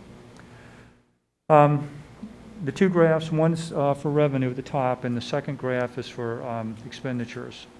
The first column in the red bars are the fiscal '21 amounts, and the comparisons in blue and green, orange are also presented for the previous 2 years. If we start on page 5, this is a more detailed information of the status of the '21 budget. I'll make a few notes here that I think are important. The budget was amended to include the $4.8 million adjustment for bonuses that the City Council approved in May. So you can see the revised budget is higher than the original. The bonuses were paid in June. You'll notice a change on the June report. We subtracted the city funding for debt service that we don't actually receive. Recall that the city includes dedicated revenue for our property tax revenue in our budget, even though they retain the funds for debt service. With this adjustment, you can see that the revenue collected actually exceeded the total revenue that we budgeted just slightly. Total revenues were $21.15 million more than expenditures and outstanding encumbrances. We expect the overall surplus for fiscal '21 will be a bit smaller when we adjust for fiscal 2020 purchase orders that were paid during '21 and as we complete the annual closing. Note that the $1.6 million of the surplus is related to the state learning loss money that must be carried over. On page 6 of the report is a similar report for child nutrition services. You will note that we used $4.45 million of fund balances during the current year. Food serving and related revenue dropped sharply while students were attending remotely. And the fund balance going into next year has been reduced to approximately $4 million. So it was cut by more than a half. If we turn to page 9 next, which will give us the financial reports by object. Yes. Page 9. We note here that spending was $24.5 million less than the budget. Salaries and benefits were $11.5 million less than we budgeted, as savings accrued from vacant positions and also pandemic-related issues such as we didn't have as many substitutes working as normally. We had budgetary savings of $2.25 million, in purchase services. Approximately half of that was in school maintenance. The remainder was spread out throughout the school division. Funds remaining in debt service, $3.98 million. This I alluded to before. These are the funds that the city retains and applies towards school-related debt. So it doesn't actually come through our books. There were budgetary savings of $2 million in utilities, largely because in-person instruction did not occur for most of the year, and we simply used less fuel to heat and cool buildings when students aren't there. And we realized about $1 million in fuel savings, again, related to the pandemic because we weren't transporting students for much of the year. There was smaller spending than was planned for materials, capital outlays, regional programs, and textbooks, again, largely related to the pandemic. Further detail on spending is noted on the program summary on pages 10 and 11, but I won't drag you through that. On page 15, we will see there were 5 budget transfers. Just scrolling down, okay, you're right here. The budget transfers, budgetary savings, were transferred to replace scoreboards on athletic fields and to convert student records to electronic media, and also for some contract services in several departments. On page 16, we have the quarterly grant status report. Again, as of June 30, 2021. The first section of the report indicates the progress on spending for the federal coronavirus relief funds. At the end of June, we had spent $11.9 million, or 93% of the original CARES award. We had also spent $327,000, or 53% of a separate CARES award, set-aside award, which was from the Governor's Emergency Relief Fund. And finally, we spent $4.8 million, or all of the separate CARES set-aside administered by the Virginia Department of Education. Most spending was used to purchase technology that enabled remote learning, personal protective equipment and material, sanitizing equipment and materials, student wellness, and support services in support of students with disabilities. The last item included professional development, preschool screenings, and IEP meetings. At the end of June, practically all of the Coronavirus Relief and Response Supplemental Appropriations Act, this is a 4th grant, was still available. We had spent practically none of those funds. This award was approved by Congress and signed by President Trump in December of 2020. The award is available through September of 2023, so we still have a little over 2 years to spend these funds. While we hadn't spent much of the funds at the end of June, we are spending them now, a portion of which was used on the summer program for student learning loss, enrichment, and the other programs provided in the summer. We've also not included the largest $113 million award from the American Rescue Plan Act. Those funds have not been spent either. That grant was approved by Congress and signed by President Biden in March. At this point, we're continuing to receive public input, and we'll submit a spending plan by September 1st to the Department of Ed as required. This grant is available through September of 2024, so we have a bit over 3 years on that grant.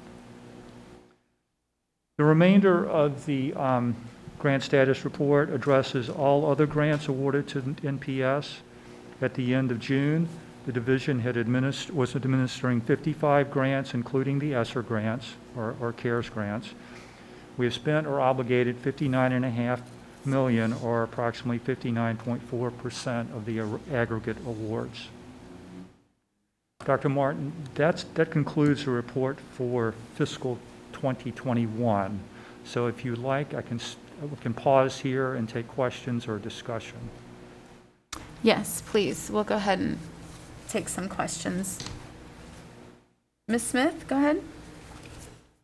Mr. Jenkins, when can we expect to receive the city's sure up, for lack of a better term, of the pre-approved or agreed upon rate? And what do we know at this moment is the expectation of that? Did they collect more money during the year, and so therefore we will receive an addition to this current budget than what we have? Can you? Ms. Smith, the city's been rather mum about exactly where they are with closing. They are similar to us. They're working on it now. In March, they told us their projections indicated that they were collecting far more than they had anticipated in the budget. And I believe it was about a little over $5 million that they felt would be available it's not a true up, but the actual collections our share of the collections were about $5 million more than was included in our appropriation. Those funds would be available after the city does the closings, and I think that's probably in the December time frame. And the policy is that they are available for one-time uses, similar to what we had in the past. So we would know. And that's not included in any of the information that I've provided. Can you say that That's again? not I didn't including quite hear what? you. What was that? I didn't hear you. I'm sorry, Mr. Jenkins, we're having trouble hearing you. If you'd, speak directly into the microphone, that'd be very helpful. The $5 million from the additional money from excess collections from the state is not included in any of the report that I just reviewed. Okay. So that's over and above, yes. Okay, thank you. So we can expect to have that information next year, 2022. We should have that, I would say, in December or January. January, okay, thank you. Thank you. Ms. Basine, go ahead. Thank you, Dr. Martin. And I'll apologize up front. I couldn't really hear your response or Ms. Smith's question fully. So if I'm asking a similar question, pardon me. Problem. But the fund balance that, I just want to be sure I understand. So the fund balance from this past fiscal year is about 21 million, correct? Yes, the surplus that we have is approximately 21 million. But as I said, that's before some adjustments for the purchase orders paid for the previous year. I expect it's going to come down a little bit. We'll have more definitive information once the auditors complete their work in December. So that's going to come down a little bit, but it's a healthy surplus. Yes, ma'am. Okay, and I couldn't make out when you said we would know what that final amount is. The auditors will start working on our financial report. The field work starts in early October. Okay. The expectation is we will have the CAFR completed before the end of November, and a report I'm expecting in December. Okay, so by the end of the year? Yes. Okay. All right. I have a couple more questions, if that's okay, Dr. Martin. Go ahead. There was a section, I'm trying to get to the page, on a reduction in employee benefits under special education. Can you and that might be something we typically see this time of year, but can you clarify that for me? Okay. And I actually see it under other employee groups as well. Okay, so you're talking about expenditures for the special education program. I can see that the budget was $11,882,000, which was also the original budget. We had spent or encumbered a little more than that budget, so we actually overspent by about $20,000. So we spent a little bit more in employee benefits for special ed than we had budgeted. But I'd also point out we didn't spend about $700,000. I can't see exactly. There was a budget balance of about $700,000 in the salary and wage accounts that certainly more than offset that. Okay. Does that answer your question? I believe so. I'll go back and look at that again. My next question is around the budget transfer from athletic, the equipment replacement, I guess the funds from salaries being used to replace equipment, athletic equipment. Correct. And that was something that had already been itemized as a need. Is that correct versus other needs that might have superseded? Yes, I mean the school district attends to the most pressing priorities first. So there were certainly items that we did not address, but these were the highest priorities identified by the athletics section. And we also looked across the district in non-athletic areas. But this would have been one of the higher. This would have been higher than a higher priority than other items that were within the athletic area. Okay. All right. I'll let my colleagues, if they have any questions, go ahead. Any other questions? We'll go with Dr. Gabriel and then Mr. Jordan. Can you speak into your microphone, please? This is not in regards to the financial report, but on one of the documents that are attached to the financial report, the board gifts, are you going to have any discussion about that? I will review that report with you. Okay, then I'm going to save my question or comment during that time. Thank you. Okay, Mr. Jordan, would you like to go or would you like to wait? Yes, thank you. I'm very confused, and I just want to share it with the board. At the last meeting, I think we have to, as a board in our monitoring role, get a better sense of where we are financially to the extent that it impacts our instructional delivery and other support systems. So first, I'll try to go through some of my questions. It was difficult hearing you. At one point, I thought you said something about an amendment needed to be made to maybe some fiscal year 22 Okay, budget. yes. Could you repeat what you were saying? I'll speak to you on that. We received $1.6 million of learning loss funds from the Department of Education. This is based on assembly action. We didn't spend those funds. They can only be used for learning loss. So they're part of our fund balance. They're part of the surplus that I've reviewed. Those funds will carry over to the next year, this current year, fiscal 22, but they are not in our 22 budget, so we will have to seek an amendment from council to actually spend those funds. But the legislation indicated that the funds would be retained by the district and must be used for learning loss in the following year, or in this case, fiscal 22, this year. Okay, thank you. Does that address your question? Yes, and on the, let's go back to the transfers that Ms. Bassine was just mentioning. So can you just re-explain the process again? So when we're going through our annual budget process, we have various departments will submit their recommendations through the administration. Administration submits recommended budget to the board. The board adopts a budget. So in the area of, because this is the second or third meeting in a row where we've had these funds taken out of one area and moved to support athletic needs.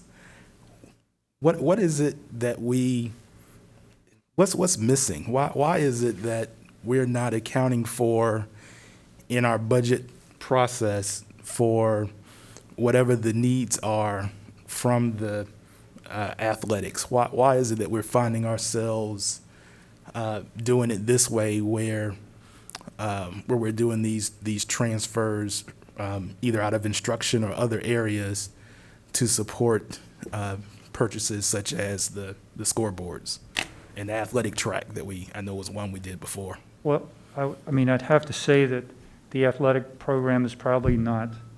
Dr. Birdsong, you wanted to? I'm happy to address that again. I'm sorry. I'm happy to address that again.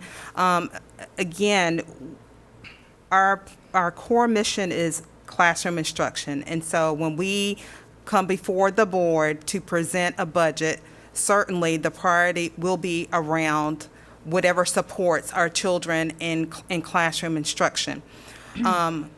Athletics, while it is very important, it supports our children's social emotional learning. When we go through our process at the ELT level to determine what is a priority, sometimes athletics won't always be the main priority.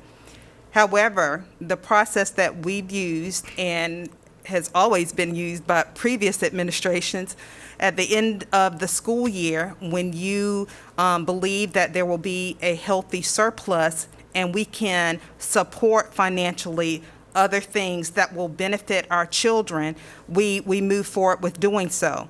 Certainly, those items are presented to the ELT, they're vetted, and then we make a decision to either support moving forward with the recommendation, which it just happens to be the athletic piece that we're discussing right now, or not. So that's the consistent process that has been utilized to determine if we're able to move forward with some projects we believe that will benefit children.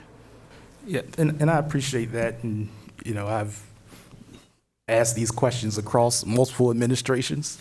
I'm asking them now because in the conversations that we've had over the last 6 months, we've dealt with $17.7 million in reversion funds. We're now talking about another $20 million or so in funds. We went through this process of looking at CIP needs, and I asked during that process, are we identifying all these needs? I understand that we may have to make decisions along the way to, make good decisions, as Dr. Birdsong mentioned, in the interest of children. But I'm saying from a board's perspective, I just think it's important that we have a understanding of what the needs are. We recognize that we may have greater needs than we have resources. I'm just concerned about the transfer process that we're using right now in the absence of having that full list based upon the process that I thought we just went through. So I'm just going to continue to ask that because I think that's something that we should get a handle of so that we can be fully aware of all the needs that we have across the division, so that when we are budgeting or making funding requests or seeking grants or whatever it is that we're doing, we have a good handle on what our total needs are across the division and whether or not we are in front, on par, or behind. My next question goes to the CARES 3 funding. So you mentioned that we don't represent that in this report. So what have we done as a board then? We've received an appropriation that we've approved. We have yet to approve. Can you just clarify for me? Okay, sure. Where the CARES 3 and exactly what we've done thus far? Yes, absolutely. Actually, we have not appropriated the funds for the ESSER 3. It's actually not CARES, it's ARPA. But we've not actually you have not we have not included in their budget. Remember, this act was passed in the middle of March, and Dr. Birdsong released her budget to you, what day? March 3rd or March 10th? So we released the budget prior to this ever getting out of Congress. Correct. So it is not in our budget. Correct. Now, we have 3 years to spend, and we can certainly, we hope and intend, our plan is to submit something to the Virginia Department of Ed that gets approval and begin spending those funds. We will have to go to City Council and get funds appropriated for that grant because it's not in our appropriation now. The ESSER 2 funds, which was a December bill passed by Congress and approved by then President Trump, that is in our budget, in our grant budget. It was $54 million. So we'd spent practically none of those funds either. But those funds, again, were appropriated to start spending in July of 2001, or just a month ago, and we have started, and we have proceeded with that.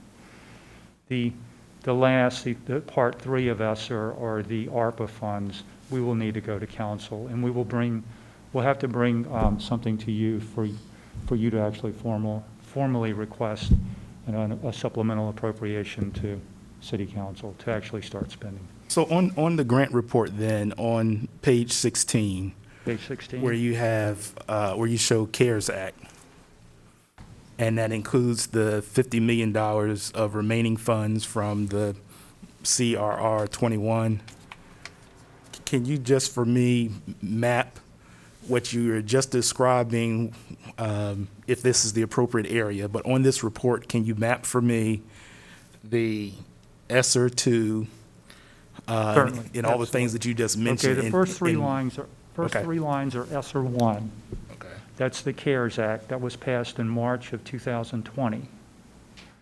So the original CARES Act, the set aside, and the coronavirus relief funds, that was all ESSER 1. The coronavirus relief and response is supplemental, and the set aside under the same grant, the last two items, those are ESSER 2. ESSER 3 is the ARPA, which is not on this list. Again, it was approved after the budget was prepared. So then when you mentioned for the ESSER 2, you said that total was $54 million? I may well have, and I apologize. Okay. It should be $50.4 million. Okay. And then there was another $1 million for the set-aside award. Okay. Thanks. So then when we had the discussion on the CIP plan, and you were referencing that there was $75 million, some of it would be ESSER 2 and some of it would be ESSER 3. Correct. So of that, which part is the ESSER 2? 15 million of it was ESSER 2, which is a $50.4 million award, and 60 million would come out of ESSER 3. Again, that's not on the report.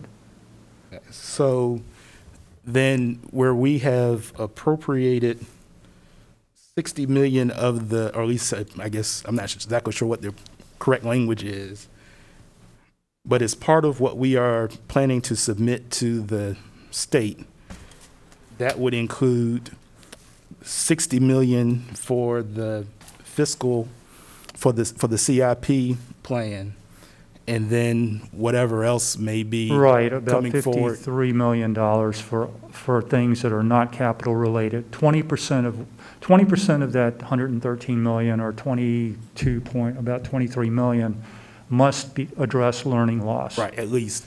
And then there's 60 that would address ventilation that was included in the capital improvement plan. So that puts us to the 83. So there's still another 30 million, more or less. Yeah. So, Dr. Martin, Dr. Birdsong had been emailing and brought this up at previous meetings that I'm concerned about the submission of this plan that's due September 1, where we did receive and have some discussion around 60 million of it as it's dealing with HVAC and and some of the physical needs, but limited to no discussion around the other pieces of it. And so I think we should consider calling a special meeting prior to September 1 so that we can have that input as part of that process. And the last thing I'd just like to say is we had discussed a couple of times when we were dealing with the carry forward funds or reversion funds, whatever language that we want to use, when we were having the discussion about the bonuses and other things, and we were asking questions about what did we think we might have in terms of a carryover. We received a report from Dr. Birdsong dealing with the bonus piece. And the report said it would take about another 825, I'm rounding up, very large, $825,000 to complete the bonus piece. And I thought we were getting that report so that we could come back to the meeting today to address it. But it would seem to me that based upon the financial report, we have goo-gobs of carryover funds that we could make everybody whole as far as the bonus is concerned, plus some. So thank you for the report and for the clarification.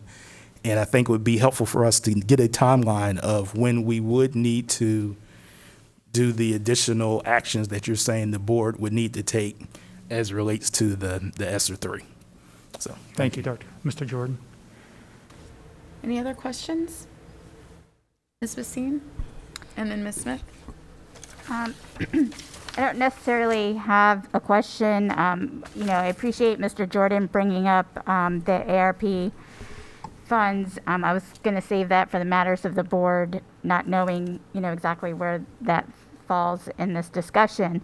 But I do want to state that, I do support and also, have asked about this funding, and with it, September 1st is around the corner, and we have put out, opportunity for public comment, but, I would like to see us do more and have a public hearing around it, and also have a dedicated opportunity for us to discuss the plan and the spending around that in a comprehensive approach to the other ESSER funding. So I just wanted to put out there that I do support it and hope the board also supports having a special meeting to discuss that and to allow the community an further opportunity to share their thoughts and input on it as well. Thank you, Ms. Basine. Ms. Smith, go ahead. Thank you. So my question is around the bonuses. I thought that we had already discussed that and had approved something, but Mr. Jordan reminded me that we had not. We did.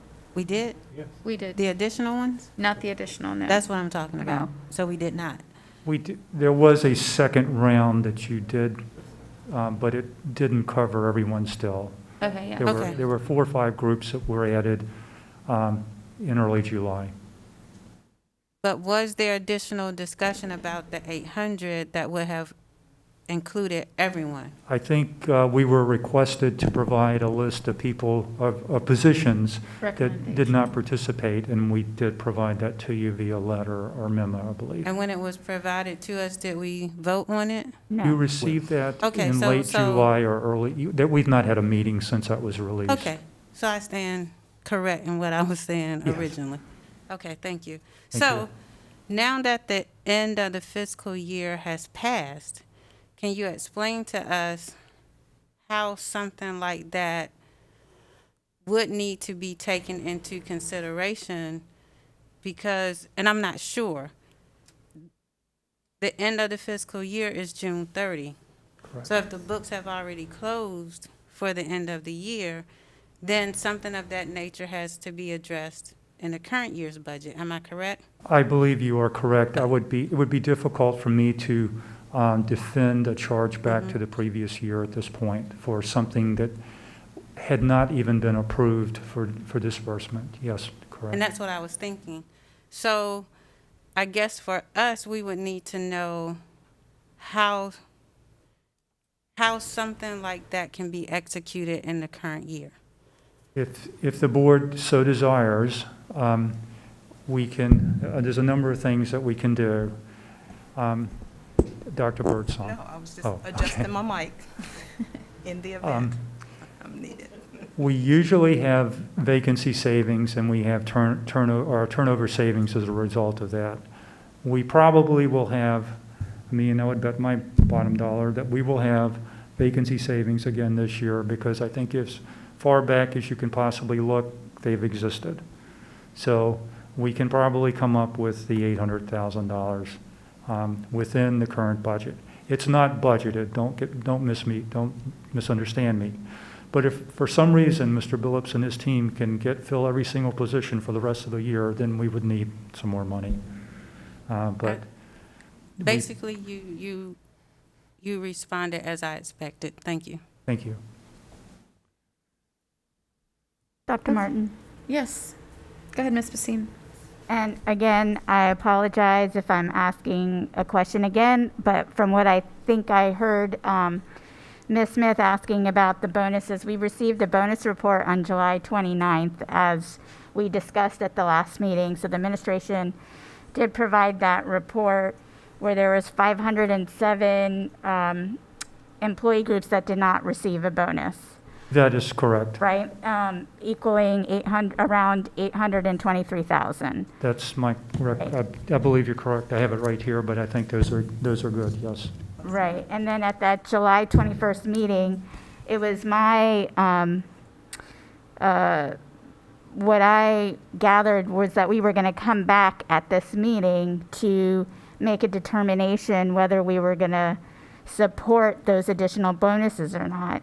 So I was surprised, and I did ask about this, about it not being on the agenda tonight. So, I guess the question is, was it not on the agenda because we're not able to do it, or is it still possible for us to take action on that tonight? Question for you, Dr. Martin. I know. No. Yeah. So what I'm understanding is even if we voted on it tonight, it wouldn't happen now. Say that? I didn't We don't hear have that. the document in front of us either, because it wasn't on the agenda for today. I'm just thinking back, because we did receive the report.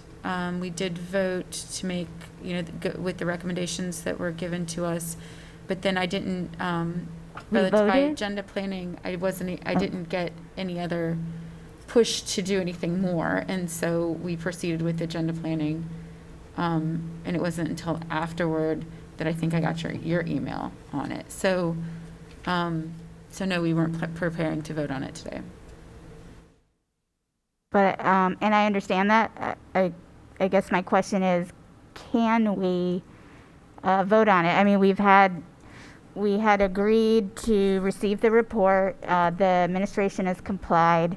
We've had, several weeks now to review and digest it in preparation for what some of us believed would be, for today. And my question, because, I think we've pushed it out, a couple of times already, that my question is, can we take action on it? So my question is, what is it? What is the recommendation from the Madam Chair, point of inquiry, body? because I think this is important to this discussion item here. Mr. Jenkins, if we were even to take action on this, and which would be an appropriation request from City Council for reversion dollars, correct? No. This is coming out of our current budget? Based on the discussion that I just had with Ms. Smith, you would not necessarily, it would have to come out of the current year budget. Okay. And what I said was, I expect there will be vacancy savings, but I would remind you that we're only like 7 weeks into the fiscal year. We normally look at these things towards the end of the year, but I would expect that we will have vacancy savings because we normally have positions that are vacant throughout the year. They're not necessarily the very same position that's open for the full year. We have staff come and leave. So there will be, I suspect. I don't have a crystal ball, I can't promise, but our history has been that we have had vacancy savings. Significant. But what's happening here, as I understand it, is number one, I need clarification on around what it would be, what that motion, that recommendation is that we'd be voting on specifically. And then secondly would be, we'd be using current year funds, so fiscal year 22. We're kind of tying the hands of HR because we do have unfulfilled positions that actually we do need to fill. So I think those are all points to consider, and there might be more that I'm just not thinking of right now. And not the fact that we have a docket agenda that's here, and this is not one of those items. I would be more, and not to prolong it, but I just want to have all the information in there, and I would be in favor, definitely, of having this on our September business meeting, so that we have all of those and what those numbers look like. And also, as Mr. Phillips and his team continues to hire, so we can kind of get a better accurate number as to what that looks like, especially if we're talking about coming out of that budget line item.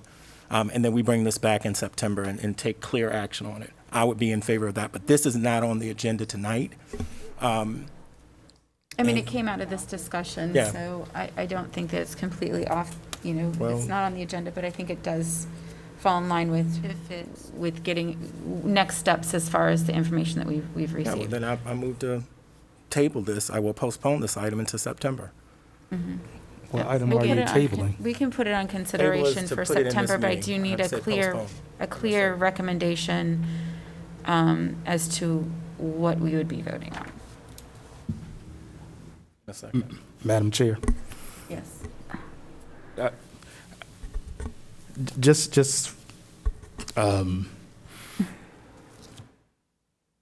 just think it's important that, so at the time that we were having the discussion, if you look at the minutes of the meeting that for the July 21st meeting that we approved today. So what the pattern has been is the item comes up, we ask for report information, we delay so we can get the information. Coming out of the July 21st meeting, at the time, we didn't know that we weren't going to have an August 4th work session. So then we didn't have the August 4th work session, and we made this a hybrid meeting. And I think that's one of the reasons why it's a little hybrid here, where we're doing like a little bit of work session, a little bit of business. I support, I think we have the resources to pay the bonuses based upon the report that we receive, just take care of everybody. And based upon the report that we received, and have everybody be whole, and to be congratulated, thanked, whatever the appropriate wording is, with the bonus, and we can take care of that and ask the administration to come back and tell us how to do that now that, as Ms. Smith has pointed out, we've crossed over. But I do think that we should find a way of doing that and take action on it in September. Either do it, or we can vote it in, we can vote it down. But I think that because we were being respectful and being considerate of trying to make sure that we could get accurate information, I think now that we have that accurate information, we should be in a position to take action on it. If it doesn't make sense tonight, then, as Mr. Clayton said, at an upcoming meeting.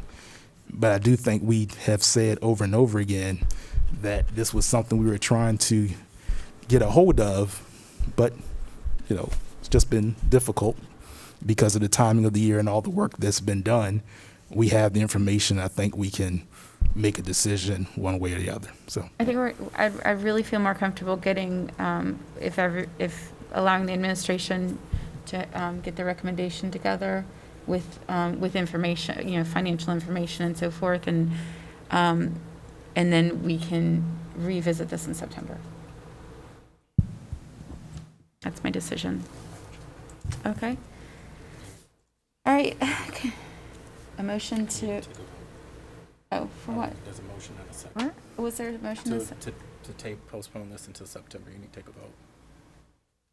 There was, To postpone the, I'm postpone- talking about the bonus, a decision to make On the bonus, bonuses. I made it official, we postponed it to September and put it on the business meeting. Oh, was that a Gabriel seconded- motion? Yeah. Okay. Move to postpone the discussion. Dr. Martin? Yes. We can't hear you over here. Ms. Tanner. That's okay.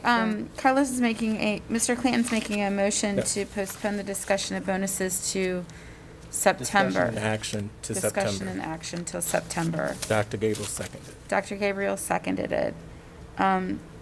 Ms. Tanner, can you please call the question?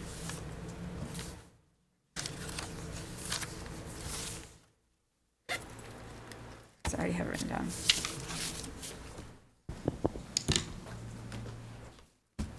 Basine?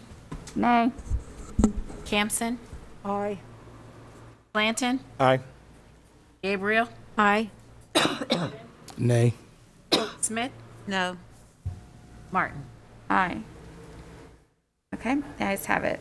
Thank you. We'll move this vote to September for the discussion about bonuses, but we do still need to vote on the monthly financial report. Have we exhausted discussion on monthly? Dr. Martin, I still finished have, yet. actually, I've only reviewed with you June. I June, have the right. July report and the gift report to mention too, if Are you. you- Okay, so if I can go back to Dr. Gabriel, you'd ask about the gift report. You'll see that there is a report of donations following the report of the grants, which is on a different file. But this is for donations received by Norfolk schools during the first 6 months of the calendar year 2021. It addresses your policy KH, gifts to schools.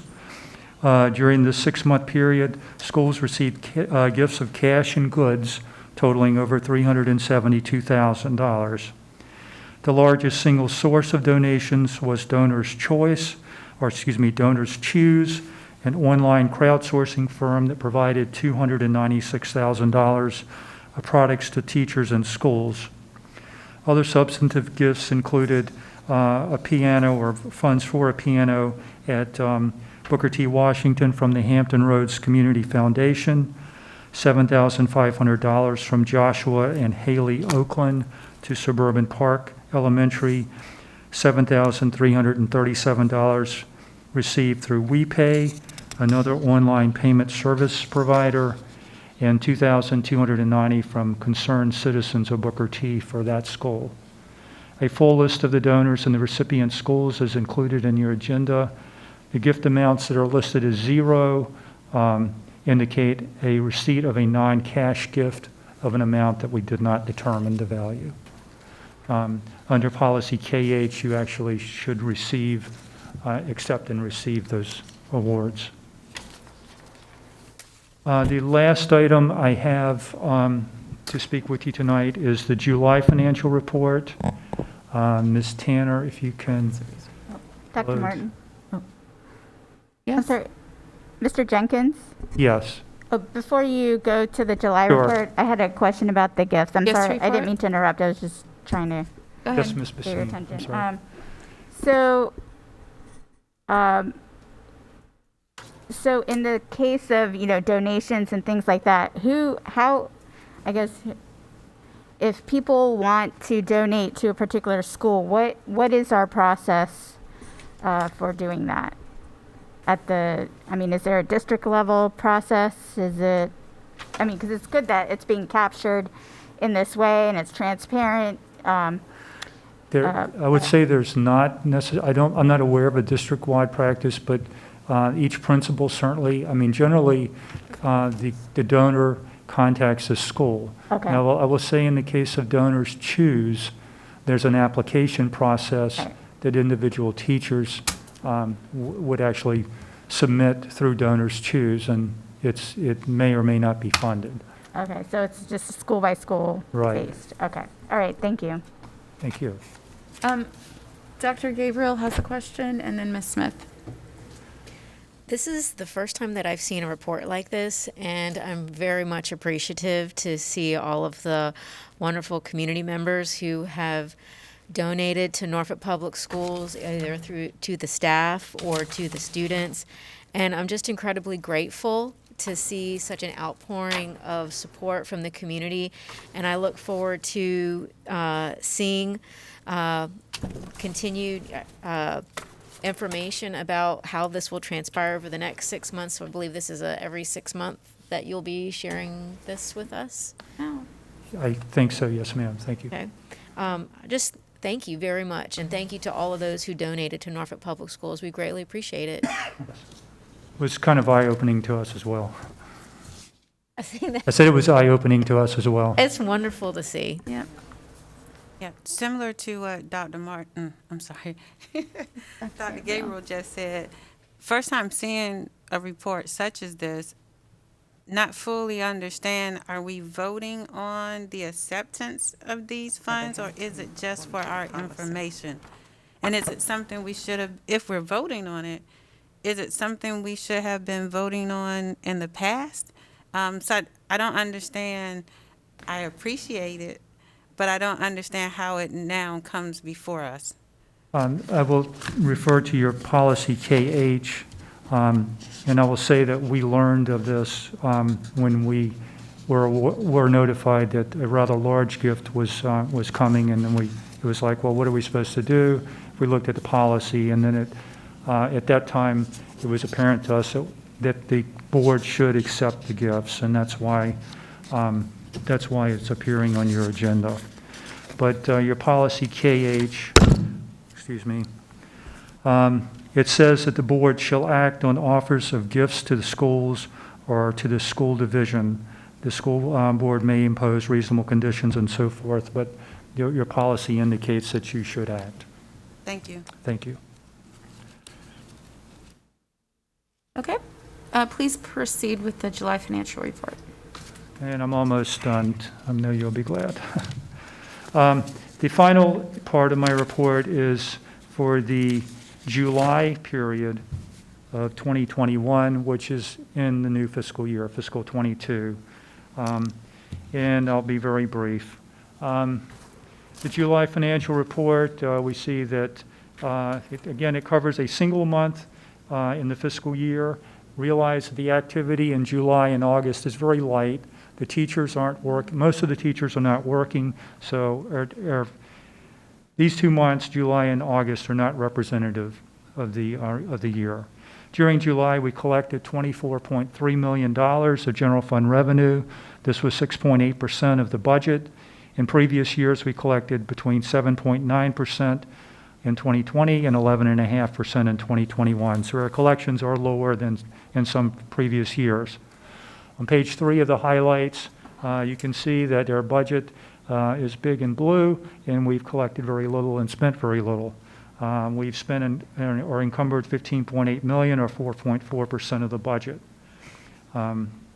through the end of July. During the previous 2 years, the spending in July was 4.5% in 2021 and 4% in 2020, so not dissimilar. Page 4 of the report provides 2 graphs, one for revenue, the other for spending, and it's similar to the previous report that we reviewed.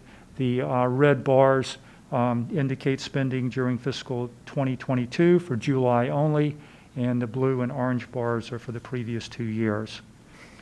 During July, there were no budget transfers exceeding $50,000. Dr. Barton, that concludes my report. Thank you. Mr. Jenkins. Okay, can I get a motion to accept the June 2021, July 2021 financial reports and the school board gift report? Madam Chair, move for adoption. Thank you, Mr. Clanton. Second? Second. Dr. Gabriel seconded. Ms. Tanner, please call the question. Basine? Aye. Sampson? Aye. Clanton? Aye. Gabriel? Aye. Jordan? Aye. Smith? Aye. Martin? Aye. Okay. Moving on to 6.02. which is on another piece of paper. All right, the facilities report. Who will be delivering that, Mr. Jenkins or Mr. Perry? Yeah, 6.02. But we were asked to pull it off. So, Madam Chair, I move for adoption of the report. Thank you. Any discussion? Wait, I missed it. Yes. The facilities report. Ms. Basine and then Ms. Smith. Oh, this is. Discussion of the facilities Oh, report. thank you. I just missed where you were. Thank you, Dr. Martin. So I guess I'm a little bit unclear. So we charged Ruffner Gospel Choir, which is independent of Ruffner Middle School. Is that correct? Is that the $340? And then I'm not sure what and then why there are charges there, but not for the other, or for the Education Association Foundation, which I'm not sure what that is, but there's no fee there. I'm not sure for certain. I think some of the Ruffner, some of that gospel choir probably is related to the school. The charges were primarily because this was a Saturday function, and there was a custodial charge for the 8 hours that the custodial staff had to be present in order for the building to be open. Otherwise, I believe there would not have been a fee had it had happened on a day when the staff was there. Oh, so you're saying because it's the weekend? It was definitely on a Saturday. Okay. ma'am. Sunday, wasn't it? Sunday. Yeah. The 25th was a Sunday. Okay, Sunday. It was during the weekend. It was not on a day when staff would be there. Okay. Well, Have it it right looks here, like I the could tell other, you. so 9/8, so is it also, so 9/18, that's looking ahead into the future for the Education Association Foundation? Madam Chair, I think that, and Ms. Basine, I think that may be the Norfolk Federation of Teachers. Let me correct it. Mr. Jordan, you're close. It's actually the Education Association of Norfolk. Oh, And it was okay. just a mistype when the person that prepared the report. okay. So I apologize for that error. It's the EAN. Okay, and then if I'm correct, then our policy provides for support for the meeting of our education associations, and that's Okay. why it wouldn't be a All right, charge. that makes sense. And again, if that meeting had been held at a time if that meeting had been held at a time when school was not open, they too would have been charged a fee. Okay. Thank you. Who is it? Dr. I Gabriel? no longer have a question. You no longer? Okay. Mr. Jordan, go ahead. Yeah, I just want to say thank you. I know we did this separately. I wasn't sure if it was thought that I requested for it to be. My psychic abilities. No, I wasn't trying to pull it at the last meeting. Normally it would be on the consent agenda, and I but just knew you'd asked have for. questions, so I pulled it. Well, for I another don't. decision I didn't really have one.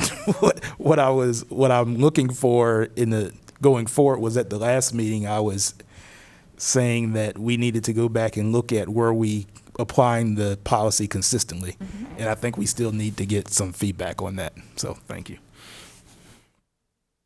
Okay. All right. Any more discussion? All right, Ms. Tanner, please call the question. Basine? Aye. Campson? Aye. Clanton? Aye. Gabriel? Aye. Jordan? Aye. Smith? Aye. And Martin. Aye. Okay. And the long-awaited 6.03, the Council of Great City Schools timeline. Can I get a motion to adopt it? I move to adopt the Council of Great City Schools timeline. Thank you, Ms. Basine. I don't get to make the I almost had a heart attack. Okay, can I get a second? Second. Thank you, Ms. Smith. Any discussion? Any more discussion? No. Dr. Gabriel. I'll be voting nay. I'm going to have the phone call with them this week. Speak into your microphone. I will be voting nay. I will be looking forward to the phone call with them this week. Okay. And Ms. Campson. I will also be voting nay. I think that we need to delay the vote to give the entire board time to provide input into what we're doing and the amount of time and the scheduling, and also to discuss the removal of strategic planning and return that job to the superintendent and the experts in strategic planning that we have hired to help her through that. For clarification, we are not taking over strategic planning. That still lies with What? Dr. Birdsong. Excuse me? Just for clarification, nobody's taking over strategic planning. That still relies with Dr. Birdsong and her consultants and staff. And yet, those directions for her are in this timeline. No, actually, I'll repeat this, that she will deliver to us the strategic plan when it's ready, so that to show how the visionary plan, the goals and guardrails, and the strategic plan tie together. And yet, usually part of strategic planning that's done by a superintendent is done with the superintendent and her staff developing the goals, not the school board doing that. We're providing, our goals and guardrails are visionary, and hers are how we're going to get there. I understand strategic planning. What I'm saying Okay. is that we are doing one of the items in strategic planning that kicks it off that should be done by the superintendent. And I would just like to be able to discuss that rather than, this was kind of just laid on us. Governance planning looks different to me, and that's fine, but I would have liked to have discussed it at the beginning. We did have no input into it, and we continued to have no input into it. I agree. I agree. This is probably very different than what you're used And to. so therefore, that's what I'm saying. That's why I am voting no. Okay. All right. Okay. Any other discussion? Ms. Tanner, please call the question. Basine? Aye. Campson? No. Clanton? Aye. Gabriel? Nay. Jordan? Aye. Smith?